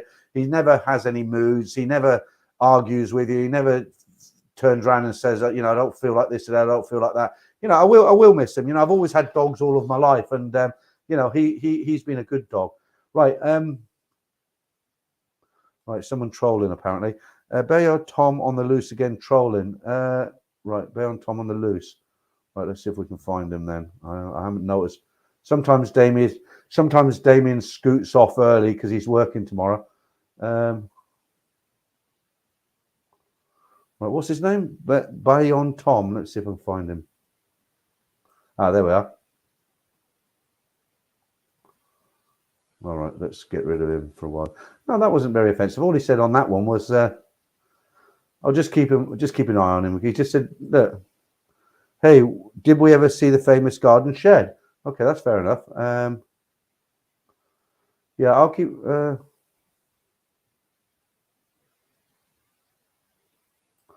That's quite a good question, actually. Eddie the Meltdown Monger, Peter, what are you into musically? Surprisingly, believe it or not, I like a lot of different kinds of music. The one music I really hate is country and western. Rock kind of music I'm not keen on, but there are some good rock ballads. But what I like to listen to, I like 90s R&B, like black singers, like Soft and Women. There's some real talent, and I like listening to that. But I like anything really. I even like some classical music as well. If I'm sitting in front of YouTube and I've had a few beers, of good old classical music, but famous classical songs, But I don't like country and western, but I have got a soft spot for Johnny Cash. His songs are kind of catchy, aren't they? Right. Let's have a look. Where were we? Can you show us Benji? He's only a flipping dog, isn't he? I might bring him in one week, but he'll run riot in here. Right. Yours Travels. The reason I love Thai Friendly is I met so many amazing Thai girls expecting nothing in return. Right, let's talk about that. That's a good subject to talk about. Let's have a top up here, then we'll get into dating apps. Right, okay. I'm not looking for a girlfriend myself. I'm not looking for a wife, anything like that. But I joined one just to see what it was about. I was going to make a video about it. And then I got, I just wanted to look to see what's on there, who's on there, and all the rest of it, right? So yeah, Steve's a lot younger than me. Well, I say a lot younger. I think he's at least 10 years younger than me, if not more. And he's right. Now, what you got to remember with women in Thailand, once they hit that magic 30, Thai guys are not interested in them. They're kind of past their sell-by date, which is crazy because we know you go to Thailand, you see women of 40, even 50, and they're still stunners, and they've got no possibility to get married when they get to 40. They're in China, they call them leftover women. Okay, it's the same thing in Thailand, and a lot of these, especially if they've had some children, if they've had one child or two children, they've got no chance. They won't go near them. No chance at all, right? So what happens is you get these beautiful, beautiful Thai women who are maybe 38, 37, 36, had a kid, because what happened is she met her Thai boyfriend, husband, when she was very, very young, 16, 17, thought he was going to be around for the rest of her life, gave birth to his kid. He turned out to be, a gambler or a drinker. He just didn't support her. She's had to go and work in the bar. No, I'm going on another way now, and we're not talking about them girls. So they're working to support themselves. Some of them have got their own businesses. I was going down the bar girl route then, but we're not talking about that, so excuse that. So a lot of these girls, they're maybe like 37, 36, they've got a kid, year-old. They've got no chance to meet a Thai man. Now, what you've got to remember, they're only human. A lot of these girls, and I know a lot, and I do mean a lot of guys who have met these guys, falling in love with them, and it's worked out. A lot of these girls are desperate for love, absolutely desperate. They want to be loved. They want to find somebody to support them, not in a like, you pay me 30,000 baht a month way, not like that, but they just want some security. They want to live with a man who can take care of them. And they're really nice girls, some of these girls. And like I say, I know a lot of guys who have met girls on Tinder, Badoo, Thai Friendly. You do get your hookers on there, because it's another avenue. They pretend they're not hookers and all that. You've got to sift through them and stuff. The biggest mistake people make is they don't read the bio. So you'll get lady boys on there, and a lot of them will say, "I'm a lady boy," but I'm looking for a boyfriend, and they tell you, but people don't look. So they flick through the pictures. Oh, that was nice, bang, and then they get a match, and then they get surprised when he gets his old fella out. So you've got to read the bio. But yeah, you're absolutely right, Steve. There's some beautiful, beautiful women. I know a lot of guys who have met girls, but if you're going there for a couple of weeks, I think it's better to be honest with them, because these girls are already hurting, aren't they? And, if you go there and lie, then what's the point? I'm sure they'll still date you and you can still have a good time. But yeah, it's good. If you're looking for a nice girl, somewhere like Tinder, but just be careful, scrutinize everybody on there. Make sure you read the bio. And I'll give you another top tip. Michael told me this, the American guy. Thai girls, they love pictures of guys with animals. So if you're sitting there with a cat or a dog or some cuddly thing, that turns them on. Okay, they like that. I don't mean it turns them on sexually. I mean they like to see, oh, he's a nice guy, he's with his dog or he's with his cat. They like that, and several Thai girls have actually said, I'll say, what you're looking at, what do you like to look for? And a lot of them have said, I don't like guys who hang out in bars every night. So when you meet a girl on Tinder or something like that, you tell her, look, I don't go out to bars occasionally, but it's not what I do. I like to walk, I like to cook, I like to eat good food, and you'll become very attractive to those beautiful women. If you like to say, I like to go out, and get drunk every night, they won't want to know. Okay, welcome to Peter's dating hour. Right, thank you for that. I nearly missed that. Soda Pop Curtis. I was going to stop drinking, but I see Peter cracking on. Well, I'm going to have my first whiskey of the night, so cheers, and I'll dedicate this to you. Thank you. Oh, I mean, that is really nice. I won't have too much because I don't want to, I don't want to get sick or anything. Right, George. How does a single 40-year-old Thai man find a woman then? Most of them have me annoyed. I'm just checking my camera there because somebody's walking down my very quiet street. It's all right, it's my neighbours. Right, yeah, good question. How does a 40-year-old single Thai man find a woman then? Okay, so most Thai guys are not single by the time they get to 40, or if they are, it's their fault because they've done something. But there are exceptions. I mean, there are guys, 40-year-old guys, they'll meet women who say here's a good example. Say you get a guy, he's a motorcycle taxi. In Bangkok, they're parked on every corner, right? Well, the sort of woman he'd probably go for is a woman who works similar hours to him. Maybe she's on a food cart or she works in a nail bar or something like that. And, maybe a lot of them don't find permanent girlfriends because they drink or something like that. But, I don't know all the answers. I'm not a dating service. I'm just telling you what I know. So I don't want to guess certain things. Right, Taxi Talal. Always try to see the girl on camera too before meeting up there. Not always like. Good point. Very, very good point. A lot, not only Thai girls, a lot of girls, guys as well. Actually, they kind of put up photographs of 20 years ago, and that's a very good point. If you meet somebody on a dating site, don't just meet them. Switch over to Line. I mean, the dating sites won't let you do that. You've got to write it in code because they've got algorithms that if you say something like "Let's go on the Line app," they'll just block you because they know you've got to do it in a roundabout way, saying, do you use, well, I don't know, you'll have to think of it yourself, but you get online and then you do FaceTime and you can see that person. And I know another guy who he nearly got scammed because there was a Japanese woman apparently on there, and he's seen this Japanese woman. She was like, oh yeah, I'm a student in no, she wasn't a student. She was in Thailand. And she was some kind of accountant for a big Japanese firm, and they'd sent her to Bangkok to clean up some books or something. And it turned out it was a Nigerian scammer basically at the other end of the phone. It wasn't a Japanese girl. And one of the things he noticed is to try and help her out, thinking it was a Japanese girl, he did Google Translate into Japanese.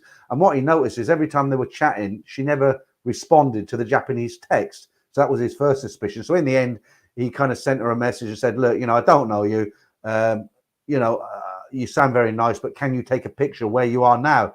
And the person got all defensive, and it's like, oh, well, I can't start a relationship with somebody who's going to be so suspicious and accuse me of being a liar. almost, and it was just a scammer. What they do, they steal the photograph from somewhere. They pretend to be some lonely Thai girl, and of course it escalates to the point. It's like, oh, I want to come and see in Bangkok, but I don't have money. My money's tied up. Can you send me an air ticket? Money for an air ticket. Right. Edward Chase got lovely woman in Isan. Husband died when she was 40. Work to raise 3 kids. Met her 5 years ago. All good. I'm 75 and she is 73. In the village, I am Papa. Okay, yeah, no, that it's funny you should say that about Papa, because when I first got to Thailand in 91, it was like handsome man. Now it's like Pa, where you go, Papa. I hate it. There's some very good. The problem is, right, people when they go to Thailand, they hang around the bars. They think all Thai girls are bad, right? And the bar scene is just a small. It's just a small percentage of. It's not the real Thailand, okay? There's a lot of girls in Thailand you can hook up with. Sometimes I'm going to give you a tip now on the translations. One of the biggest problems people have is when they go into the beer bars and the go-go's, they meet a girl. She speaks very good English. Why does she speak good English? Because she's been going off with foreigners every night, up to 3, 4, 5 a night. So she's got good English. So you enjoy talking to her. You think, I can communicate with her. That's much more appealing than speaking to some village girl who I have to do translation. Now, don't forget, if she doesn't speak a word of English, she's probably had no contact with foreigners, right? Now, that's got to be a good thing, isn't it? If you're looking for a long-term, permanent girlfriend, somebody you can trust and take care of, and they can take care of you when you're older, if she doesn't speak a word of English, that's a good indication, okay? So I'm going to give you a top tip now. One of the best translation services I've found out there now. There's an app, and before I tell you about it, you'll have heard of it, but I'm just going to tell you a feature you might not have heard of on this app, right? But before I give you the name of the app, which you've probably heard of already, be really careful, because there's a lot of copy apps out there, and the logo, when you put it into your phone to download it, looks the same, and it's not. I downloaded it just to try it, and it's brilliant. But I had to download it 3 times. The first one said upgrade for £30 to the no ad. You won't get any ads. Okay. Well, the one I'm going to tell you has no ads anyway, right? And then I had another one that was ads kept coming up. So you do the translation, then you'd have to wait 5 seconds for it, and then you could press the X for the box. Well, that's not the real one. The real one is called Google Translate. Okay. Just Google Translate. Now, there's no advertising on Google Translate, and there's no paid upgrade, members area, whatever you want to call it. Okay, it's absolutely free on Google Play. It's Google Translate, exactly like that. Okay, half white, half blue logo. Now, one of the features that's on Google Translate, which is brilliant, you've got your regular where you can talk into it. Hi, what's your name? And it goes into Thai, and you can press a speaker button. It will say. It's got a feature on it called conversation, and it's brilliant. What you do, you can set it down. It's got to be in a quiet environment. But say you met one of these girls who doesn't speak any English. You brought her back to your apartment or a quiet not your apartment. She probably won't come back if she's a nice girl. Not first time anyway. So you're sitting in a quietish restaurant, not too many people around. You want to have a conversation. She doesn't speak any English. You don't speak any Thai. You get this Google Translate, lay it in the table between you, click conversation, and you can have a conversation like this. So you can say, hi, did you have a good journey? You wait 2 seconds, and it will say in Thai, did you have a good journey, right? After that, she can talk without pressing any buttons. It's just laying on the table. She can say, what will you do after we eat? You wait a couple of seconds, and it will say it in English, what will you do after you eat? And you can hold this simple conversation. Now, when you can't get too complex, when you start really getting into a complex, you can't do it. You can say things, make it simple, like, where would you like to go? Would you like to go to the cinema? Or would you like to go to eat? It will understand that, but if you start getting really fast and complicated, it won't. So that's a really, really good tool to be able to talk to a Thai girl who doesn't speak any English and you don't speak any Thai. But of course, if you're long term, they pick things up quicker than we do. They're very, very, their memories are very good. A lot better than mine for sure. So I just say, it's not impossible to have a relationship with a Thai girl who doesn't speak any English, and don't be tempted to hook up with someone who speaks fluent English, because she probably works in a bar. And if she's from a really high up family and she speaks very, very good English because she's been educated in university, she's probably not going to want to go with you anyway, because she's got a Thai boyfriend or husband who's on an equal level. Okay, let me just say, I'm not trying to be like an expert relationships person in Thailand, but I've been there a long time. I've seen a lot of things. I'm learning things all the time, and I'm just trying to pass on to you what I've learned along the way. I'm not some big expert, but if I can give you any tips like that app, then it's going to be helpful, isn't it? Okay, right. Google Translate. Laugh out loud. You're just getting that. Have you tried the camera mode? Yes, I have. I've been using it. No, I haven't just got it. I've been using it for a long time. I've just never talked about it. So what he's talking about with the camera mode is, and it's brilliant. You can go to a supermarket and the label's all in Thai, and you can point the camera at the label and it translates it to English. It's fantastic, you know. Or you can get a contract or anything, and you just press camera on this translate, hold it on the paper, and it goes to English, and you can do it to any language. Anyway, so yeah, I know where you're coming from because I haven't spoken about it before, but no, I haven't only discovered it, but I'm always looking at different apps. I was using one called what was it called? It's quite good. It wasn't as good. Yeah, I mean, it looks like that. It's just a text translator, but the problem is they've got a lot of adverts on it now. I don't know if you can see that. You know, but Google Translate is just a lot better. Right. Okay. Steve, Peter, send me a link for a tour of my Cornwall villa. Okay. What, a link or email link or? Well, you know my email, don't you, Steve? I'll put it up here anyway. Look, it's up there. You can rewind it later on and send it to there if that's what you meant.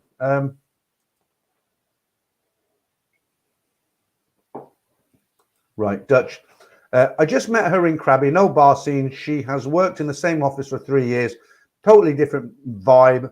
I met her in a different situation. Yeah, and you know, if you're in Thailand for long term, you know, like I said to you, the Monga lifestyle can be a very lonely lifestyle. Sometimes it's nice just to have some company, I would imagine. Let me just get rid of my email address there. Okay, right. Right, Louis Leisure said, that sounds very useful. I'll be in Thailand for 7 months, 1 year. Need to slowly learn Thai.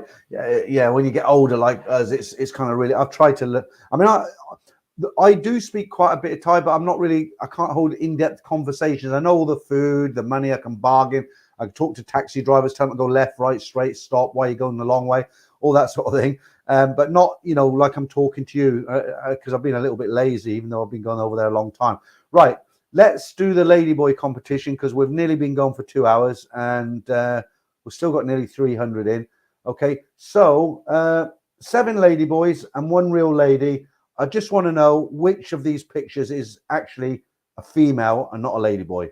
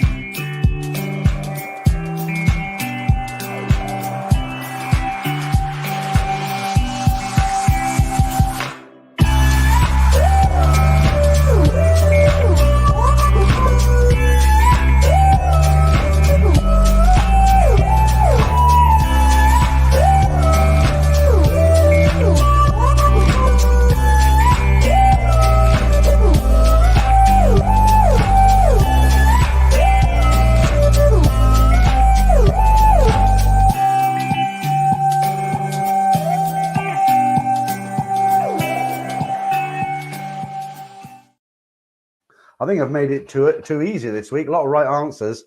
Okay, right. Matthew, no, it's not number 1. George, well done. You got it right. Passimo got it right. Richard Woody, no. Dave Stewart, yes.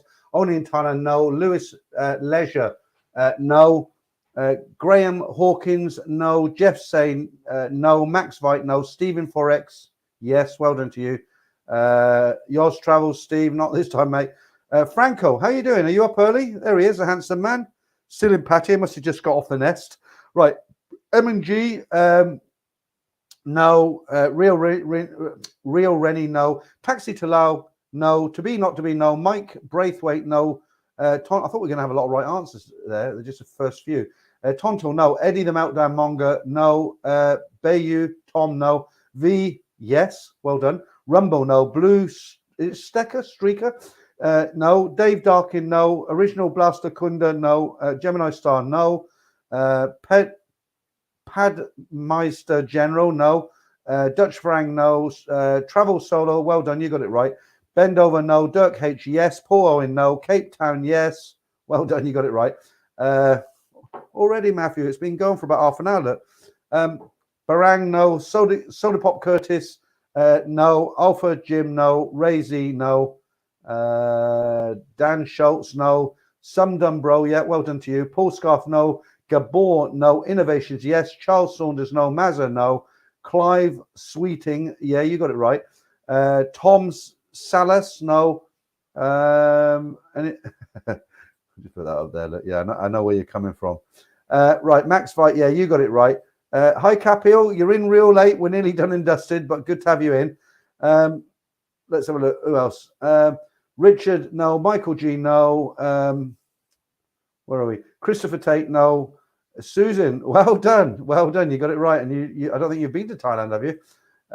It's a woman thing, isn't it? Right, let me just see if there's any more right answers and we'll call it a day. Mark Santoro, yes. Susan, yeah, we've said you got it right. Dang it, 5 catches my eye. I rushed in to pick number 3. Okay, that's it. Let me put you out your misery. Here is this will tell you who the real lady is. The others are lady boys, right? Getting confused with the competitions now. Here we go.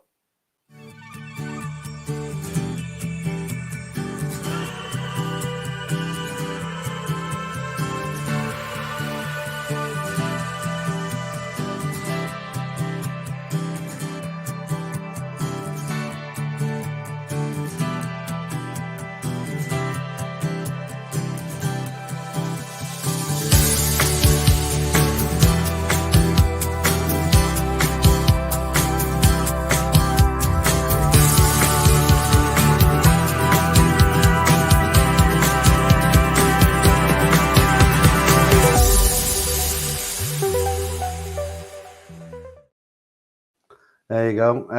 Number 5.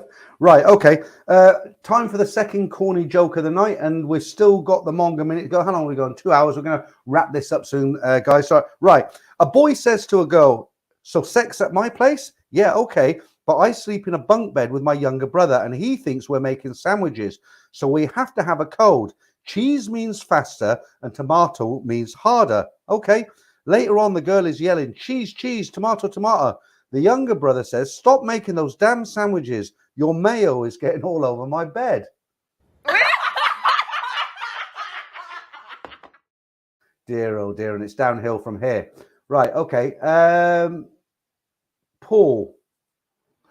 Well, that's 2 I wouldn't have gotten in a month of Sundays. But like I say, most weeks, you don't have to worry about it. When you're there and you see them in the flesh, you'll know. Capio, thank you, mate, for that. Capio, good evening, guys. Glad to be on a nice stream with good guys having fun. You should have been here earlier, Capio. Never mind. Better late than never. But thanks for that super stream. I'm sure I'll bump into you in Pattaya or somewhere like that, and I'll buy you a beer back, okay? Right, okay. I actually was speaking about your stream earlier today. I said I can't watch it because I always get into trouble, like I said the week before. But again, thanks for the super chat. Right, okay. Michael, I was right. Okay, that's good. Good picture of Bruce Lee there.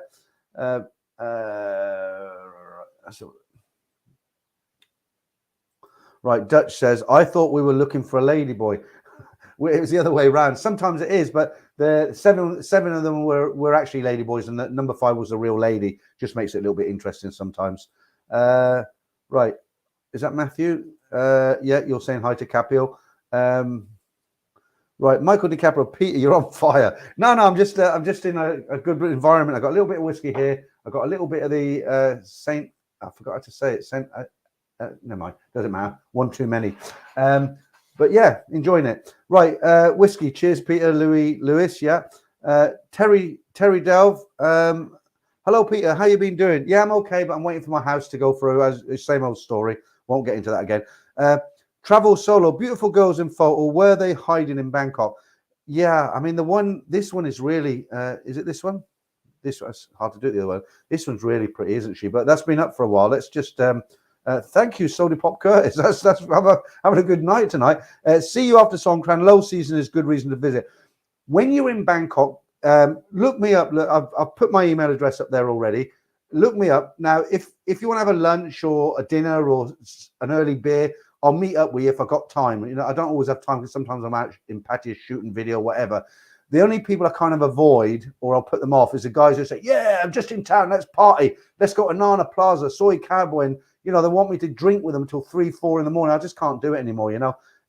It's called getting old. Thanks for that super chat, by the way. Right, Ross. Dong Broken Spirit, Thai whiskey. I don't like Thai whiskey, not at all. I've never taken. It tastes more like bourbon to me, the old Thai whiskey. Right, let's see what else we've got here. How about this one?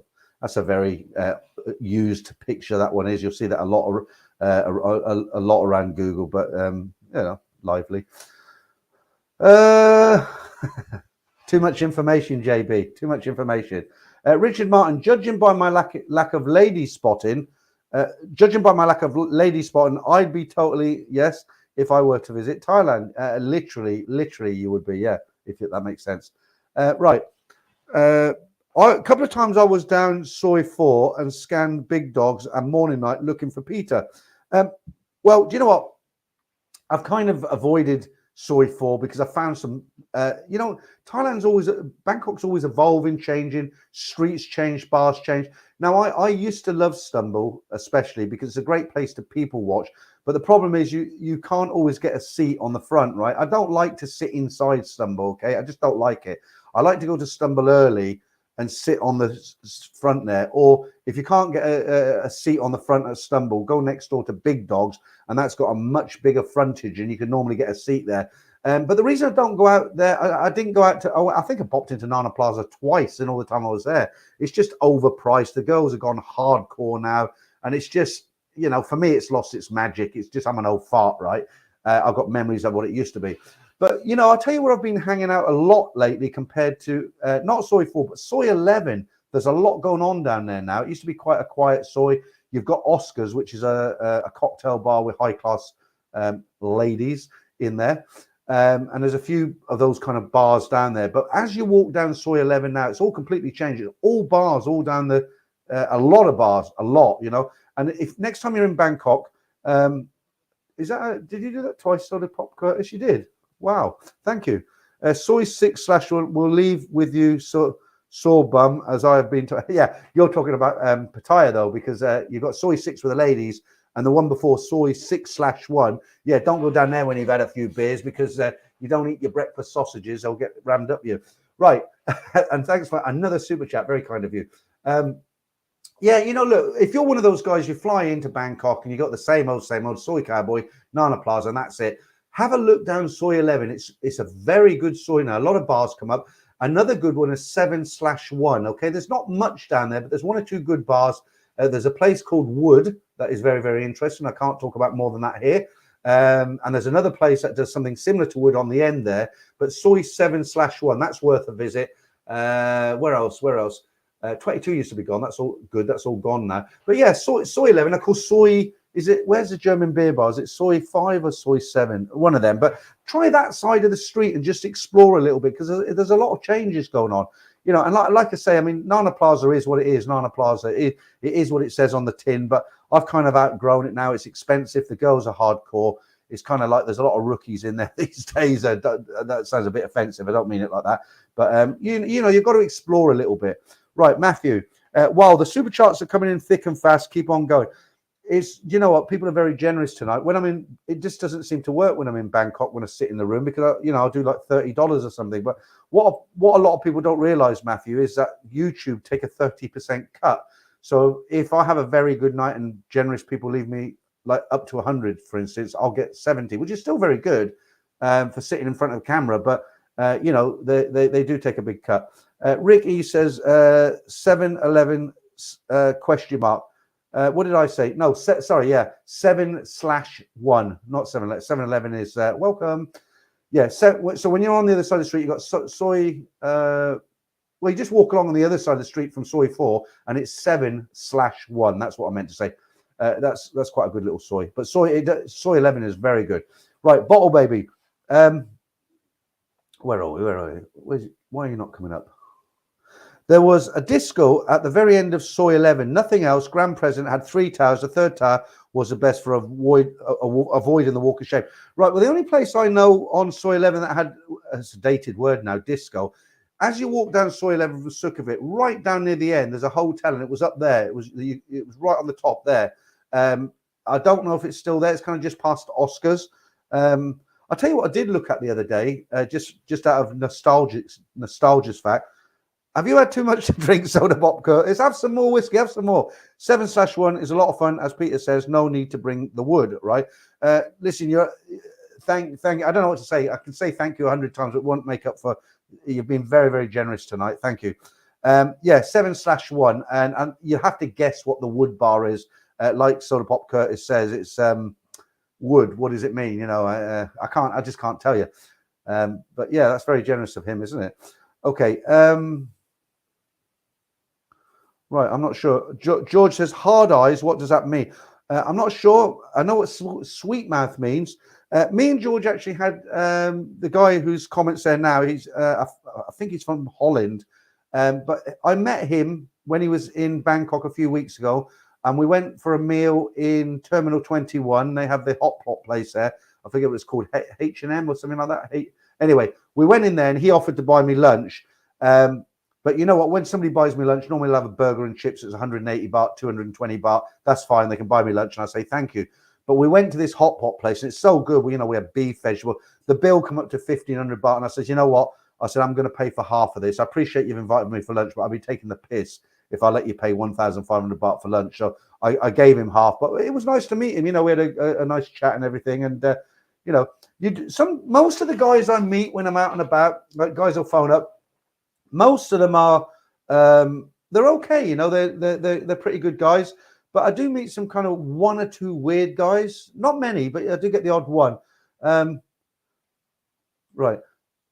Kiwi fella, 11 is nightclub catch lift. Okay, that you're talking about the place we were talking. But I was going to tell you where I went to have a look at the other day. Who remembers in the old days when you came out of Nana, there's a Nana hotel, the coffee shop has been swallowed up now by Hooters. The Nana coffee shop used to be absolutely huge. It was open all night. You get all the pissheads in there having burger and chips or fried rice and everything. It was full with their Thai girlfriends. And, it's very small now, the coffee shop in the Nana, because Hooters has taken up the space. But who remembers, I can't remember the name of it now. There used to be a disco. So you'd walk into the Nana hotel and right in the far corner so here's reception, you're right to the very end, past the massage shop and a few bits. The lifts are there with the security. It used to be called something like Angels. Was it? It wasn't Angels. What was it called? Somebody will tell me in a minute. But it's all closed up, and I looked through the window, and I was in there like 25 years ago. Brought back the old memories.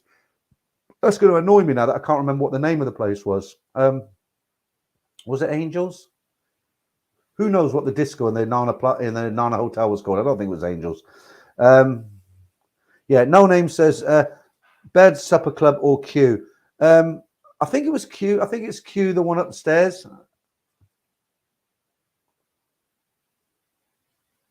Right, Naughty Boy says, laugh out last year, so I go into any 7-Eleven and ask how much for a short time. Why did I say 7-Eleven? I meant to say 7/1.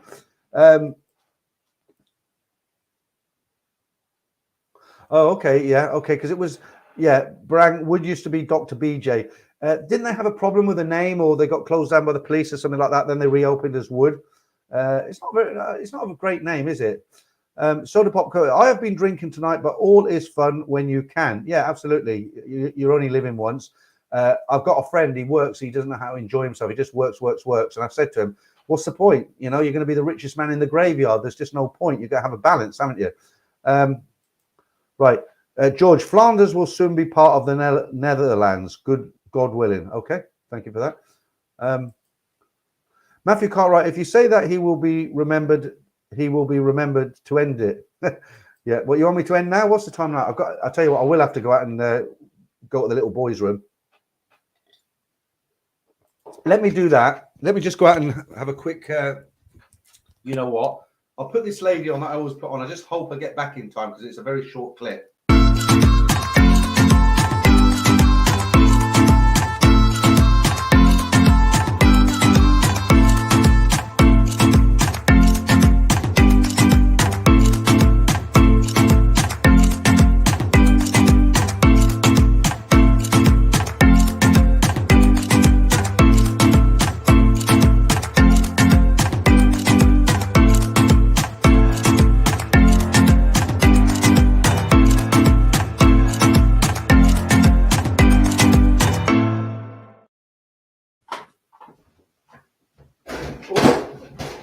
fire up. I keep the heater over and I'm leaving blanket. Oh, right.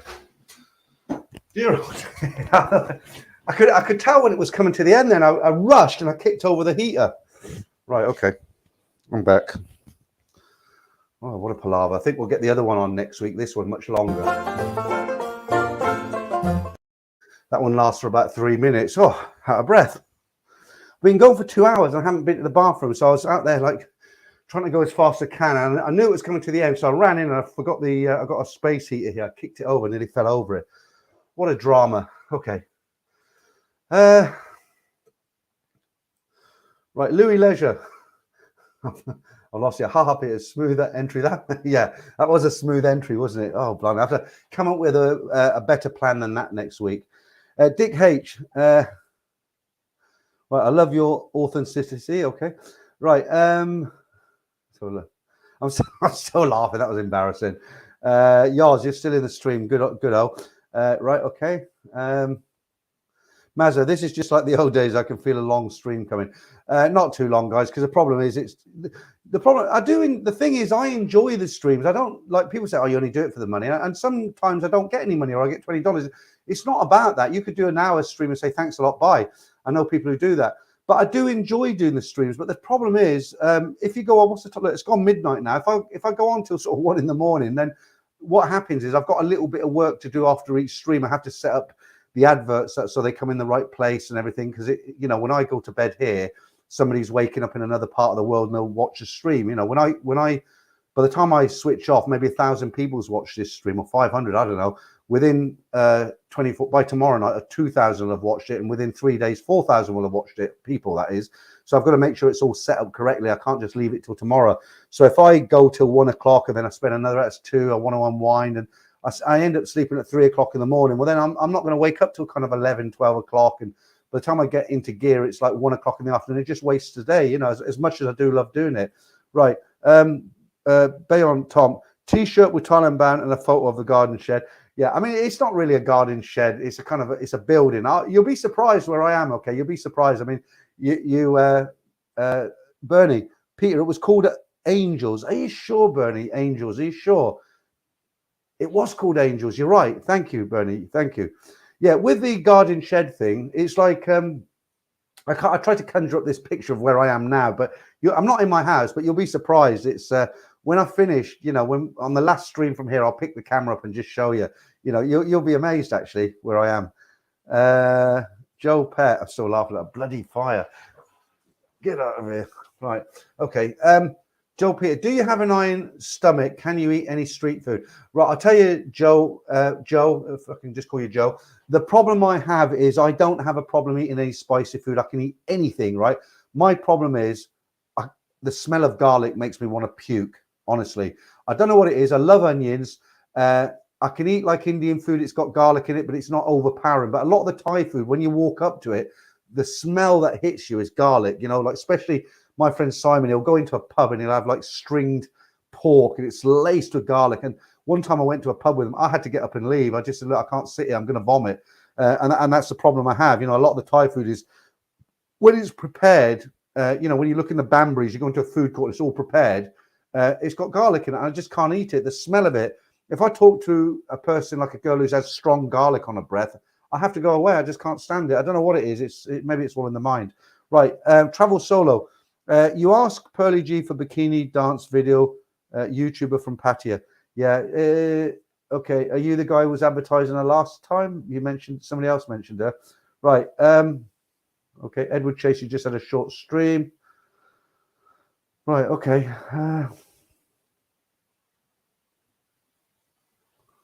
Okay. Matthew, start dragging people on.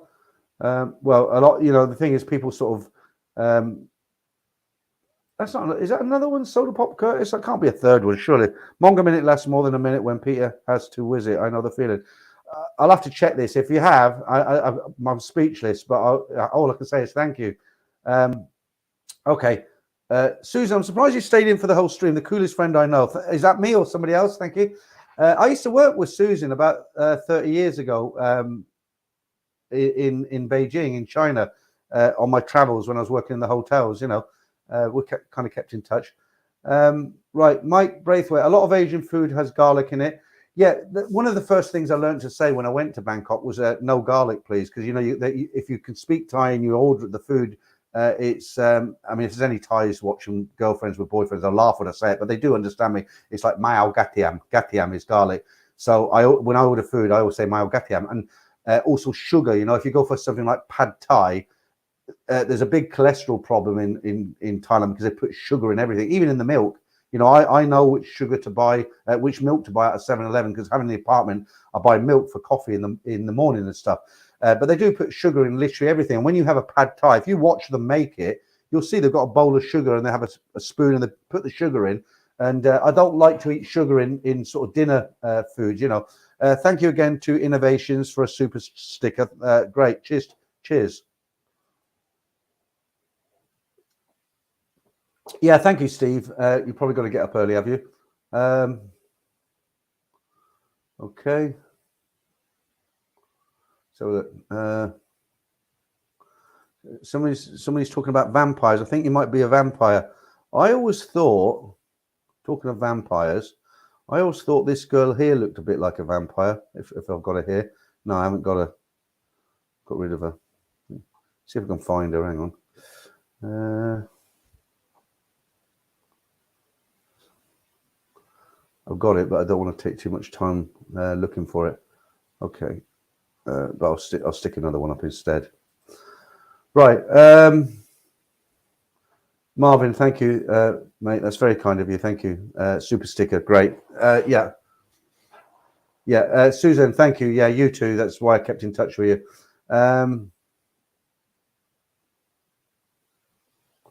I think Vampire Girl is a lady. Yeah, I must find that picture. I'm not sure she's a lady boy or not, but she's certainly a good-looking woman if she is a real woman.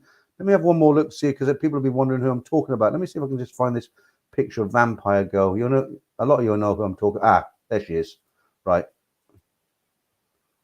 Hang on, let it load up. Right. Okay. You see this girl? Hang on.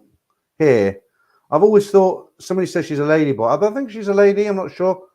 But she's got that vampire look about her, hasn't she? You know, like you see in one of those films.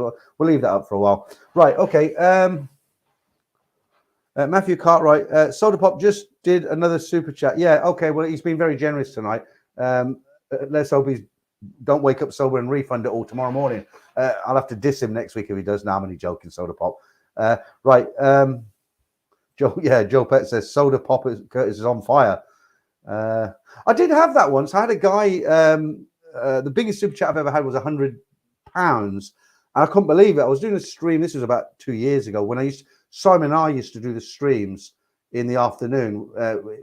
Simon and me did another YouTube channel. It didn't really take off, but we used to do like a 1 p.m. in the afternoon stream. And some guy sent us £100 and we were like, wow, blown away.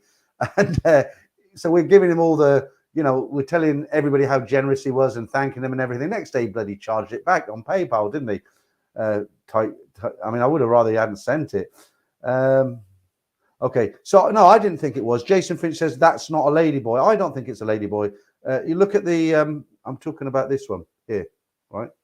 I don't think it's a ladyboy. Max Veit says, your real surname isn't Cushion, is it, Peter? Peter Cushion. Do you know what used to be going off topic here from Thailand? But do you know when I was a boy growing up, I must have been about 12. What was a real treat back then in the 70s? There was nothing on TV in England. Sunday it didn't start. There was nothing on all day until 7, and then you had Harry Seacombe come on. Whoever told that man he could sing was an idiot. But anyway, one of the things my mother used to let me watch was in England in the 70s when I was about 12, 13. They used to have the Hammer horror shows. I mean, they're laughable now, but talking of Peter Cushing, they used to come on after the news at 10:30, and they were always very dramatic. A black horses on a stagecoach racing through a forest at night towards a castle, with this dramatic music, and all the vampire girls that Peter Cushing was biting, they all had these white tops on that were low and their bosoms were pressed up, and it was for us in the 70s, that was that was a real treat, the old Hammer horror films. And in fact, I've got some movie apps that have older movies. Last night I watched Saturday Morning Saturday Night, Sunday Morning with Albert Finney when he was a young man. It's in black and white. Great movie. I recently watched one of these Hammer horror. I'm gonna have to ban you, Soda Pop Curtis. Vampires are scared of fire and garlic. Do not date them unless they are really good looking. Tygo. I'm actually speechless, Soda Pop Curtis. I am. Look, thank you. I'm not going to say anything more than that. Thank you. I hope you don't regret it in the morning. Right. Innovations. I grew up on the Hammer shows. It's an English thing, really. I don't know if they showed them in. I don't know what sort of English. We get a lot of American programming over here, but I don't know what they get. Oh, I know they got 40 Towers and in America, that sort of thing. But I don't know if they got the Hammer House of Horror things. It was epic. Richard Woolley says they're epic. So a lot of guys in this channel are sort of close to my age or probably younger than me. But you remember that, don't you, on a Friday night? And then so Friday night was the Hammer horror films. Sunday night was Colditz. Remember Colditz with the dramatic music about the German prisoner of war camp? I actually visited there a few years ago when they opened it up from the Iron Curtain. So Friday night was Hammer House of Horrors. Sunday night was Colditz, and that was pretty much your lot. And in the week, it was Home and Away, and what was the one with Kylie Minogue in it and Jason Donovan? Can't remember. It wasn't worth watching anyway.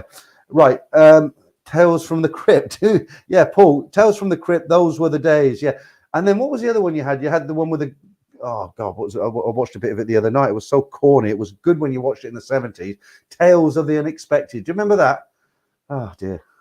Randall and Hopkirk. Do you remember his two detectives and one of them was dead, but he'd come back as a ghost? Jason King. Who remembers Jason King? He got caught cottaging in a toilets in London. He got caught with his, in a hole in one of the cubicles. Jason King. Wow. Right. I'm going totally off topic tonight. Let's get into some of these. JB, talking about hammers. I hope this is clean. Talking about hammers. I'll be doing a bit of hammering during the manga minute. The wife's in bed, so I've sneaked downstairs. Oh, it's not that. It's not porn, is it? It's just pretty ladies. Okay. Yeah, Sunday was Tales of the Unexpected. Do you know which program I used to think was really corny and it was really popular at the time? Do you remember The Professionals? Bordy, Doyle, and the Capri came through, smashing through some billboard. I found that very, very corny, but it was very popular. Ricky says, all we got was Monty Python. Yeah, and I never particularly found Monty Python funny myself. There were one or two sketches. I like the sketch where the guy's in the pub and he's like, your wife a go, or is she? Does she go? And he's like, well, yes, she likes to go, or, nudge, nudge, wink, wink. And at the end, he said, what's it like? Them sort of sketches I found quite funny, but overall, I didn't find it particularly funny. Right, okay. I've got to screen some of these now. It's getting late and some are a little bit... Stephen Forex, I can hear the theme music as you mention those shows. Well, if you're talking about themes to shows, who remembers Crossroads? They'd shut the door and the whole set would go. Meg Richardson and Sandy in his wheelchair. Terrible. Right. David, the one on the right shoulder. So my right shoulder. So that one, right, I guess. Yeah. I've got to keep it clean. Richard Palak, Life of Brian was a great film. Yeah, again, it was very. They had a few problems with that film because it was about. I won't mention. You know what it was about, and a lot of people didn't like what they were making fun of in a way. But I didn't really like that one either, to be honest. Oh no, I'm thinking of the other one, Life of Brian. That was the one I was thinking of. Yeah, Life of Brian. That's what you said. Yeah, right. Bottle Baby. Capri was a nice car. I actually had a Capri, and I had the Mark One. The Ford Capri, the Mark One had the round headlights, and the Mark Two had the square headlights. I always thought the Mark One was a much nicer looking car. I had the 2000 GT. The gear stick used to come off in my hand. I've mentioned it before on the stream. I'd take people out and terrify them. I'd be driving down the road and say, watch this. And I'd take the gear stick and take it out. Because the Ford, I don't know if all Fords, but the Capri had at the bottom of the gear stick, it had a two kind of, I don't know what you call them, but they went over a solid piece here and a pin went through it. And this pin has come out and gone. So I just slid it back on, but I could be driving and take the gear stick off and, used to terrify people. Yeah, Stephen Forex says, I agree. I didn't like Monty Python stuff when I was a kid also. Yeah, it was a bit kind of, yeah, I don't know. It was a bit, just wasn't me. Fawlty Towers was very clever, very good. In fact, Fawlty Tower is still the benchmark for comedy shows today. When they make, I was reading an article on it, when they make any kind of comedy movies, comedy TV, they still use Fawlty Towers as the benchmark for the Everest of comedy. You know, the Paramount. They class it as the best that there ever was. Yeah, again, Susan, Only Fools and Horses, brilliant, fantastic. You know, it ran for years. I think everybody's got a bit of ducking and diving in them, haven't they? Very good. Blue Stricker says, Benny Hill, The Avengers, UFO, 1999. Are you being served? Are you being served? I found that a bit corny. You know, Mrs. Slocum with her sending her pussy off here and there. But Benny Hill, as a young man, we used to watch up for the ladies, the dancers. Pants People was Top of the Pops. You know, Benny Hill, he always had these sexy scenes, and for a 15-year-old boy, it was about the best you were going to get. You know, you didn't get any better than the Benny Hill show. The Avengers was a typical kind of British thing. UFO 1999, I don't remember that. I remember Lost in Space. That was another, it was quite popular for a while, wasn't it? Right, Marvin, thank you very much. Sweet Peter, I have to watch you there. A single man soon, yeah, definitely. Very generous of you. Thank you, Marvin. Right, it's almost like the movie minute now, isn't it? Interesting fact about Benny Hill, he was actually, when he died, I think he had £3 million to his name, but he was dead he lived on his own, and he was dead for 3 days before anybody actually found him. Yeah, that was it. Neighbours with Kylie and Jason. Yeah, I mean, in the day, I suppose it was watchable, but you look at it now if they show it, it just comes across as corny. I actually met Jason Donovan in Indonesia, in Jakarta. He was staying in a hotel where I was working. I was working in a hotel called the Borobudur Hotel in Jakarta, and he was staying there for a while. When I say I met him, it was kind of like a nod, and right. Blue, did I read that one out already? Blue Stricker. We were able to see the Avengers. Okay, I've read that one out already. Let's get down to some of these later ones. Okay, Benny Hill was shown in the US for a while. I often wonder what the Americans thought of some of our shows, because America and the UK, we have kind of a different sense of humor, really, don't we? It's I don't know how to explain it, really. The TV shows are kind of different. Where I've visited America a couple of times, and some of the comedy shows, I just found them. I just didn't find them funny. But I think it's not because they weren't funny. It's because there's a difference between the American comedies and the UK comedies. I just, if something crossed over, was successful, then it was always. I'll tell you one they made their own version of it. Do you remember Shameless? That was about that family on an estate, a real rough family. Well, they actually made an American version of that. I watched a couple of episodes, but obviously being British, I preferred the British version of it. Right, Passimo. I thought UFO and 1999 were two different series. UFO was focused on Earth, and 1999 was around the moon, that going blown out of orbit. You know, I don't remember both of those shows. I'll tell you what. I watched the other day, and this will make you surprised. A 62-year-old man. Do you remember Thunderbirds? Thunderbirds Are Go and Joe 90. I watched both of them the other day. I thoroughly enjoyed them. Okay, where to, my lady? Okay, Richard Martin, Hill's Angels. That was it. Hill's Angels. Yeah. They were. Do you remember I don't know if you remember this. The memorable scene when the Hill's Angels were fire ladies. You know, they're at a fire station, and the most exciting part of that funny clip was when they came sliding down the pole, and the camera was kind of pointing up. You know, like I say, for a 15-year-old boy, it's the best you're going to get. That and the Little Woods catalogue that turned up once a year. Right, I'm not going to say anything anymore now, Soda Pop Curtis. I think you're going to get a shock when you wake up tomorrow. Peter Pumpkin Eater, how do you like your Thai food? Yeah, spicy, absolutely spicy. Just where you put Peter Pumpkin Eater, you reminded me of a very funny joke, but I don't know if I can tell it here on YouTube.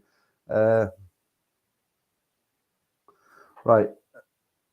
Yeah, okay, so you said, yeah, I find 40 Towers boring. So are you are you English or American? Because I've not, most English people I know found 40 Towers extremely funny, but it was John Cleese really that made it, wasn't it? He was the sort main.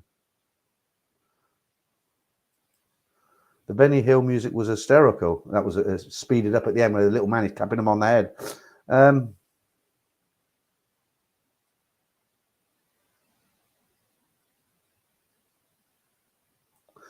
Right.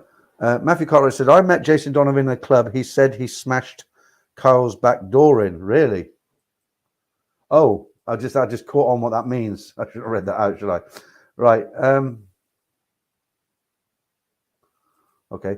Well, I wouldn't have gone that far, but I'll put it up there anyway. Like Chris said, the American version of Shameless was absolutely awful. But if you ask an American, he'll probably say the English version of it was even worse.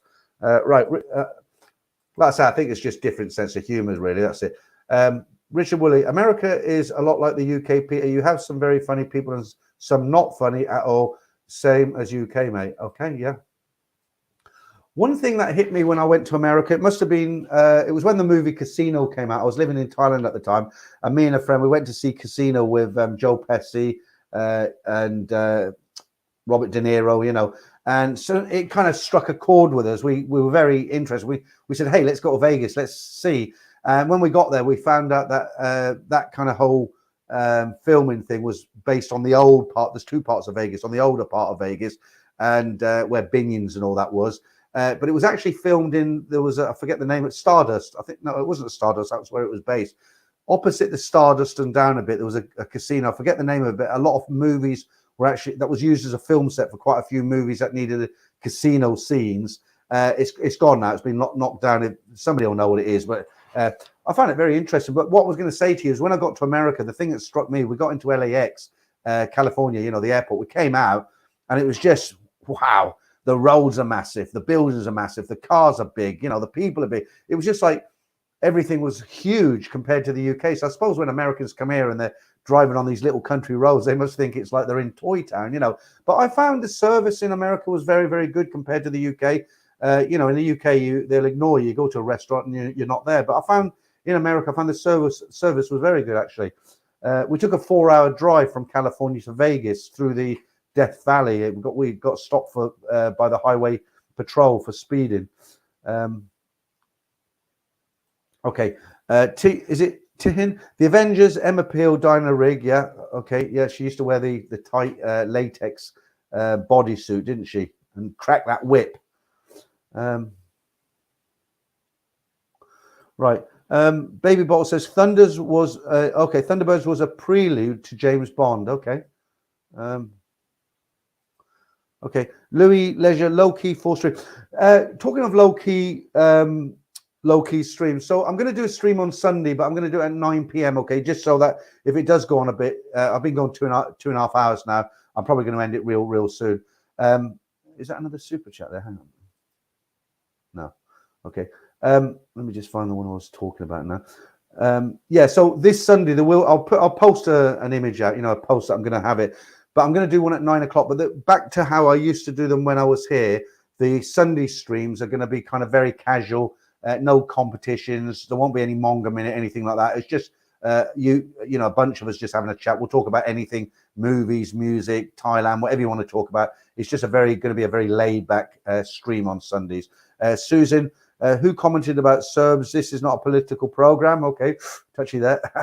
Right. Oh my God, what do you say? What can I say? I mean, I'm man of my mouth. If there is ever a charge about, make a video calling me a dirty turd. I wouldn't do that. Get back to Thailand soon. But, well, do you know what? Sort of Pop Curtis, I think I'm going to have to buy you a steak when I meet you in Thailand. I'm going to have to hide when I see you because I'll owe you a steak. No, I mean, I know you've been in quite a few streams over the last 3 years. And, you know, it gets to a point somebody needs to get hold of me here. I'm not going to, let me just shut this program down. It gets to a point, you know, where you know, I am very sincere when people send me super chats. I know you work hard for your money, and when people send like appreciations in like this, I do really appreciate it because I know that sounds corny, but what more can you say than thank you? And when somebody is as generous as you and you keep doing it, you get to a point where it's almost you don't know what to say to the person because they're so generous. You know, the only thing I can say is thank you, and if I hopefully meet you in Bangkok, I can return the buy you a meal or something. You know. Because you have been very generous. All right. Bottle Baby, can super chats bounce? The super chats can't ban. He's not going to do that. He's not like that. But I told you earlier, we had a guy when I did it with Simon. He gave us £100 super chat, which he paid for through PayPal, and then he went back on the next day and he charged it back. He refunded it. You know, he wanted to look good on here, and we made him look good, and then he charged it back. But I do believe Soda Pop Curtis, he's not going to do that.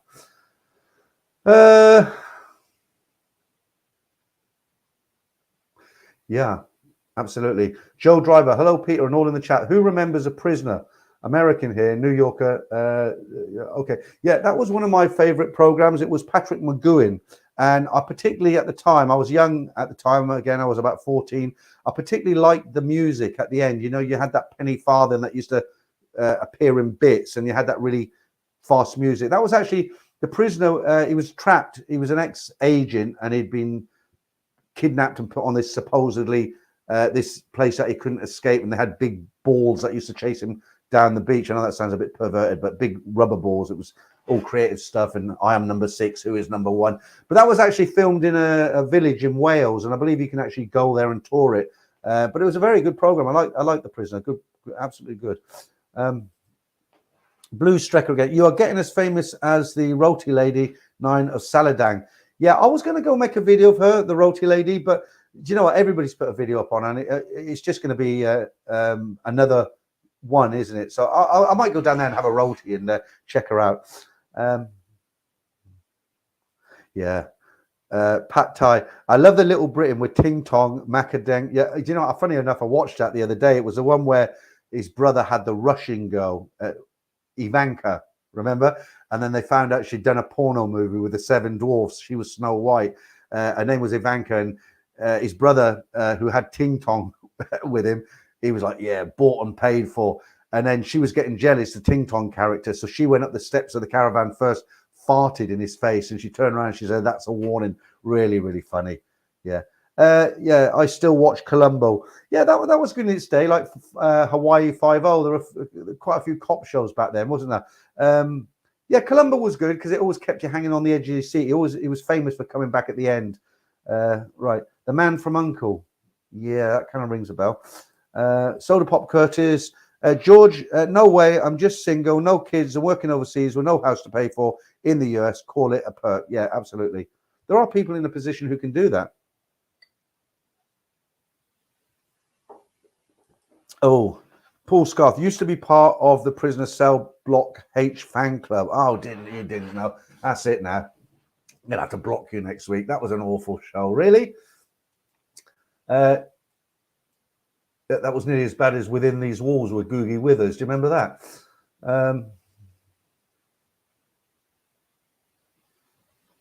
Right. Max, I thought 7-Up was a soft drink until I met Snow White. All right. Two Ronnies, 4 candles, 4 candles. Yeah, that's quite a famous clip, isn't it? Christopher Tate. Peter, did you ever watch Off We Did Some Pet? Yes, I did. And I also watched, what's the one with Yozza Hughes, Give Us a Job? Boys from the Black Stuff. That was good as well. Completely nothing to do with Thailand, but we've gone over time now, so it doesn't matter. How many we got in? Just make sure I'm talking to myself here. Right, Naughty Boy. When I was young and asked to go to dance but was refused, I'd yell out, "You farted," laugh out loud. Don't knock me back. Okay, clever. Right. Right, I'll tell you what I'm going to do, because I'm going to have a beer. I'm going to put the Monga Minute on now, because we're nearly done now. I've been going close to 3 hours now, guys. 2 hours 36. I need to get up. So I'm going to do the Monga Minute. I'll come back and do a couple more comments, and I think we'll call it a night. It's been a really good stream tonight, actually. I've enjoyed it, and all you guys have been generous with your super chats. And just before I do that, let me just have a quick look. Right, okay. So we'll do this Monga Minute, and then we'll come back, have a little chat again, and then we'll call it a day until Sunday. Where is the Monga Minute? There we go.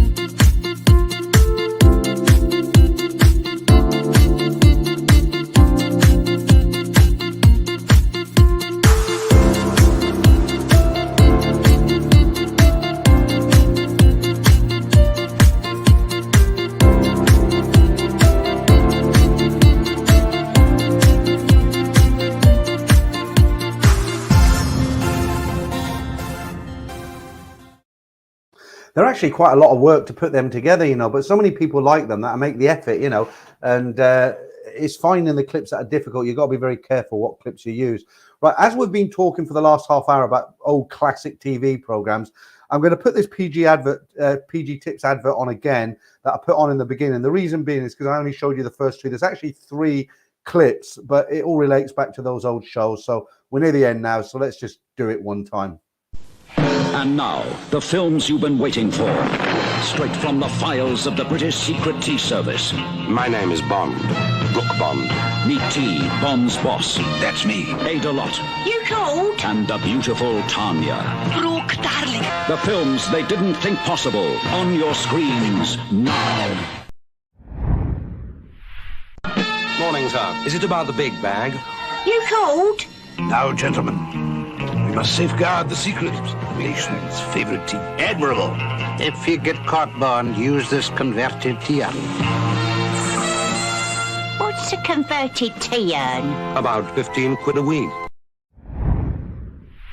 My name is Bond. Brooke Bond.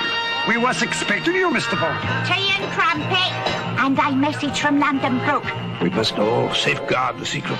Look, Brooke, he's got a gun. Hand over the secret, Bond. Hold that. That's off to the British. That porter chappie. Got ideas above his station. Classic, absolutely classic. My favourite one of them is the one where they're trying to push a piano upstairs, and they lose a foot, and the piano comes rolling down, and it's on the foot, and the son of the father is saying, "Dad, it's on my foot," and he's like, "You hum it, son. I don't know. You hum it. I'll play it. Or do you know it's on my foot?" Right. Okay. Let me just say, I'll say thank you and hi to a couple of people. I'm going to say welcome to Blue Strecker. Is it? Became a YouTube member. Okay, great. Thank you very much for that. It's always good to have another member in. And I also want to say hi to Don 1560, a couple of oldie beers. Yeah, I will get some oldie beers with that. I've only drank, this is my second one, but then I've been kind of like cheating because I've got it here. Right. A lot of generous people out there tonight. Dirk H says, thank you for starting early on Sunday. It doesn't matter what time you start a stream. It's always going to be good for some people and not good for others. Like the one I was doing in Thailand, that was 4 o'clock in the UK, was actually watchable for the Australians. This one isn't because it's like really early in the morning in Australia, but we did have Wes in. So yeah, I mean, 9 o'clock on a Sunday is a good time. I think Sunday's going to be a very, very casual stream. Michael DiCaprio, you look like a new man, Peter. I feel a bit tired now. I've been at it all day. Only in Thailand. That's it, Mr. Shifter. Do you know the piano fell on my foot? You sing it, son, and you hum it, and I'll sing it, or you sing it and I'll hum it. Yeah. Right, Naughty Boy, another man. What's happening tonight? Naughty Boy become a YouTube member. Okay, thank you, Naughty Boy. It's been a very fulfilling night for me tonight. I better keep going for a little while longer at least. Right, Stephen O'Shea, is it? That's a great idea. Yeah. No, you know, the competitions like the Monga Minute, the Lady Boy, Spot the Tiger, all this sort of stuff that we do, it's very good for a stream. You know, some guys just come on and sit every week and just talk, right? But sometimes it is good just to have a very casual stream. It creates a different atmosphere, you know, and it doesn't necessarily have to be about Thailand, does it? We can talk about movies, music, you know, other countries. There's lots to talk about. Is Thailand banned? But it doesn't have to be all about Thailand, does it? Right. Okay. Next week I might do the Japanese girls. Do you remember them? I've got a bad case of diarrhea. Funny. Yeah, Louis Lewis. Yeah, I put that there. New members ready for the only members stream. I think it's a good idea to have a members only stream, isn't it? Because like I said earlier, I can relax a lot more. And I know most of the people are in there who are because they're members are not going to be trolls. Steve, you're supposed to be in bed. What are you saying now? I told you I was promoting you all day. Okay. Yeah, we'll get you on as a guest on here again, Steve. Right. Naughty Boy, sorry I can't do super chats as I finally built my own house. No more caravan, but I can at least be a member as you do a great job and so casual. Thank you very much, Naughty Boy. Always appreciated. Was that you finished building your house? I finally built my own house. Oh, wow. Brilliant. Well done. Okay, Max, I love your LT. Peter LT, what's that? Long time? Okay. Christopher Tate, I like the idea of an informal stream tonight. Streams has been exceptional. You know, a stream is only good if the person who's doing it actually enjoys it. I'm going to put my hands up, right? One or two of the streams I did in Bangkok, I didn't enjoy because I didn't feel comfortable, right? I went out and did a walk around Cowboy Sukhumvit. That was okay because I felt like I was doing my bit in Bangkok. You know, I was doing, oh, wow, look, I'm in Bangkok, on the mean streets of Bangkok. So that was okay. I particularly enjoyed the one I did in Pattaya when I met the two girls. Joy, do you remember? She says she was working in a hotel as a cleaner, but she'd come down to the beach road to try and make a bit of money at night, you know. And she was a lovely woman, but she was kind of like, she was a little bit big. She was a little bit old, but she had a lovely character. And I sat down just to do something with my camera, and there was her and a friend, and we had a conversation. And I put the camera on. She was fine with the camera. I don't know if you remember that one. So I was sitting there with Joy and this other lady, and they weren't, I don't want to say it in a demeaning way, but they weren't the A team or the B team, and they probably wouldn't have made it into the C teams. You know what I'm talking about, right? And they were really nice people, and they hadn't made any money. Now, you could look at me and say, oh, you're a mug, because they told you they didn't make any money, and you know, they probably had a couple of short times. They didn't. I know, right? And you know, she was hot and she hadn't had a drink. And if you remember, I walked over to 7-Eleven, I bought 2 bottles of orange juice, and I gave them 200 baht each. Okay, white knight. You can call me a white knight, mug, whatever you want to call me. But it made me feel good, you know, because I know they didn't have money, because as soon as I gave them the drink, they wafted it down, and they were very thankful. And those sort of streams I really like to do, where you involve Thai people and they're happy to do it. Another one I enjoyed, excuse me, was the one I did in Jomtien, where there was a lady, mother probably, on a motorbike late at night, and she was selling these overpriced bracelets. You know, they make, they could put "I love Thailand" or whatever you want on it. Excuse me, it's a beer now. They tie it around your wrist and they charge you about 200 baht. And I got talking to her, and I said, "Oh, I've talked to my friend on YouTube," and she was a real jolly character. You know, she didn't care about the camera. She was like, "Hi, welcome to Thailand," and she came across as really nice, and she really made the stream. And then afterwards, I walked off, and I was sitting on the bank steps because I couldn't actually find anywhere to sit. You know, the Kasikorn Bank, and she came to use the ATM, and I was still talking. And she put one of these things on my wrist. She said, "It's for you. You don't have to pay any money. It's for you." And that sort of thing I really like. You know, when the Thais are, I can, you know, sometimes when guys go out doing live streams, it's told, you can see it's false. You know, they're not really enjoying it. It's commercial, and they're just doing it to, I don't know. I'm not going to diss other YouTubers, but those sort of streams I enjoy doing. And when I do them in the room of my apartment building, I can't always like do what I want to do, and you know, I just feel a little bit restricted. So a stream like this, you know, nobody can hear me. I'm just chatting away. They've still got over 200 people in. I've got Kelly here. Kenny Harnett has become a member. That's three tonight. You know, it's really, really good. I'm really impressed with that. I might have to. I think I'm going to write to all the members who've got the higher membership and just say, look, cancel it, join again on the low, and we'll start the member stream maybe next week or the week after. Leave it with me. Watch this space. Yeah, I know. Right, okay. I'm waffling on about a bit tonight. People complain when I do that on the stories. Oh, let me just tell you something about the stories. While I'm here in the UK, I've got absolutely loads to do. You know, I'm buying suitcases, I'm buying shirts. It's good to buy things here, but you know, I'm winding down. My wife's packing all in boxes. She's done a lot of packing. I'm also doing it. I've emptied the loft. I've emptied the loft of the house rather. You know, so and I'm running around. I'm having to change over utilities and all the rest of it. I was going to go off the radar for 2 to 3 weeks. I thought I can't run a YouTube channel and take care of business with my house. And I thought with the stories, because you've heard me say many, many times, the stories are very, very time consuming. I won't go into detail, but they are. And I thought, well, I'll go off the radar. Guys won't mind. It's 2 or 3 weeks. They'll understand. But I thought, you know what? No, it's not good, because you've got to keep the momentum going to keep people interested. So what I've had to do, unfortunately, is the story that's released tomorrow. There's 2 stories. It's going to be about 20 minutes long, the upload. Normally it's 30 to 40 minutes. I just haven't got time to do an upload of 30, 40 minutes. It takes me 2 days to put it together. So rather than go off the radar and not do anything, the streams are easy enough to do, because you just come on and talk. There's a thumbnail to do, but that's not a big deal. So the streams I can carry on doing. There's nothing else for me to film here other than the only upload I can do is the stories. But they take so long. So instead of them being 30 to 40 minutes, there might be 15 minutes. There might be one story for 10 minutes, 15 minutes, but at least there's something coming on a Saturday. Okay. And it's just time. I'll try to keep it going. If I end up flying back to Thailand on a Saturday, then there's going to be no stories. But the sooner I get back there, the sooner there's more I can do. Kelly, hello, just became a member. Yeah, thank you, Kelly. I did. You're up there. Look, it tells me if you become a member. That's good. That's you. When we do the member streams, you're in there, aren't you? And if you get bored, you can discontinue the membership. Right, Paul. Who's Kelly? Does know the hubby has just used her account to sign up. Okay, Detective Paul there. Right, naughty boy. I joined for free accommodation and meals in Bangkok. Fantastic bargain. 555. I'm just kidding you. I know. There is Susan. You're still there. Wow. Love you, Peter. Friends forever. Yeah, brilliant. You've been on the vodka as well, haven't you? I will give you a call this week, Susan. Susanna, you know what's going on at home here, right? And to any of you guys who are watching thinking, hey, it is an old flame from the past.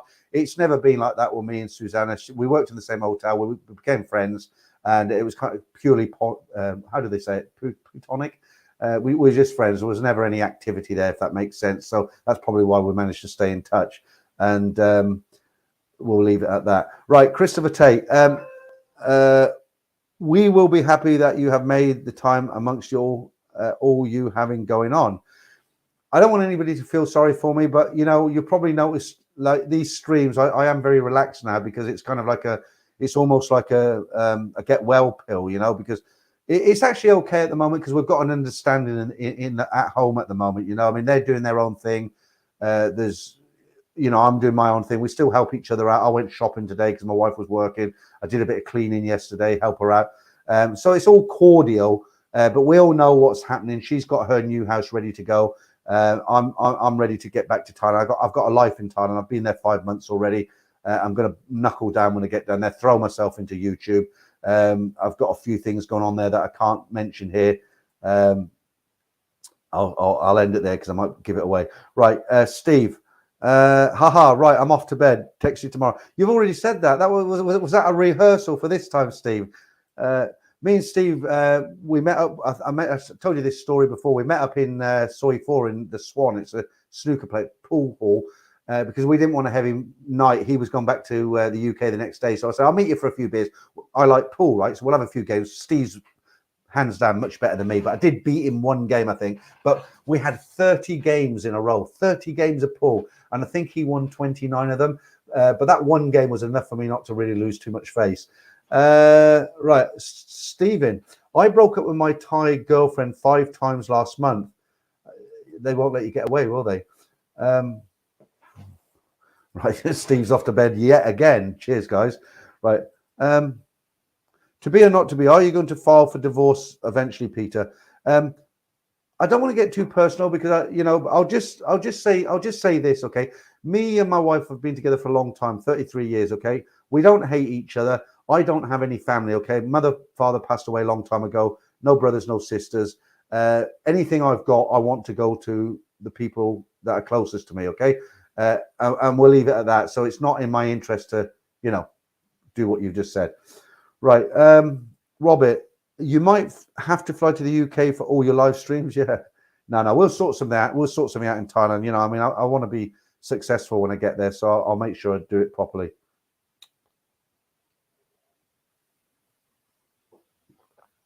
Okay. Steve James says, why have I got new after my name? Oh, because you've become a member, so it means you're a new member. But you can see on screen that's what we actually see. The word new isn't there, right?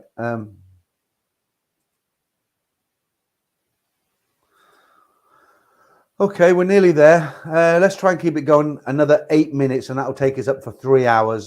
Just over 200 in now. I think it's been a very good stream. People sometimes say to me, when you sit in front of a camera, and there's a lot of people do this, they say, how can you talk for 2 hours? But it actually goes really, really fast. You don't realize it's 2 hours because when you start talking about something, you get into it, don't you? And then you break it up with a competition or two. And, people say, oh, I couldn't sit there for 2 hours just talking. And it's not that I'm an over-talkative person. It's just, when you get into an interesting subject and you get feedback, the time goes really quickly. Isles of Dicks, did you invest in the weed factory? Again, I don't want to give away my personal life story because I'm entitled to a bit of privacy like everybody else on here. But let's just say I did a lot more than make videos about it, okay?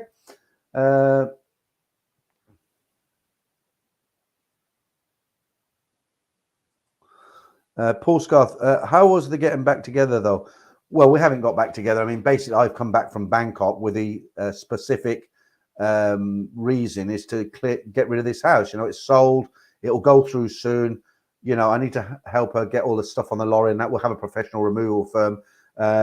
But I can't just walk away. You know, I mean, I've got personal things. I can't show you. I've got a book up there that's about the RAF. You know, it's got an inscription on the front inside cover.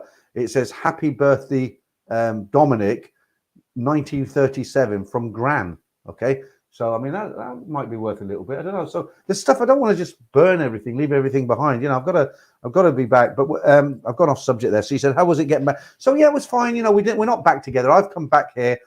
She said hello. I said hello, and it's just like I've never been away. Nothing's changed actually. Right. Yeah, Louis said to the person who said, "Why have you got something behind your name there?" That's your member badge. Yeah, that's it. Right, I'm pretty tired now, guys. It's just come. I don't think I can go for the 3 hours. Look, let me just. I'm just about there now because I've been up early today. I've been running around, and it's suddenly just hit me. I've hit a wall. I'm actually really tired. But look, before I go, I want to say thank you to Damien for moderating. He's not here now because he's got to get up at 6 in the morning. And what he told me, he never actually says, "Right, I'm going to bed now," because he just feels like if he says that, everybody else will go to bed. But I want to say thank you to the 3 or 4 people who joined as a member tonight. It means a lot to me. Thank you very much for that. I want to especially thank everybody who did the super stickers, the super chats, all the donations to the channel. We've had some very generous people in tonight. I'm not going to particularly pick out names because that you know, everybody gives what they can, and I do appreciate it. I'm not sitting here doing talking to myself, as it were. So thank you to all you guys for being very, very generous. As I say, I do really genuinely appreciate it. I'll be back on Sunday at 9 p.m. It'll be a very casual stream. I don't know how long I'll be going for. If you can join me, it'd be great. If not, I understand. And until then, have a great weekend, guys. And don't forget the stories will be out in the morning, but just about 20 minutes, okay? And I'm sure you'll forgive me this time, but I'll be back to normal when I get back over to Bangkok, okay? So thanks again, guys. Have a good weekend. All I want.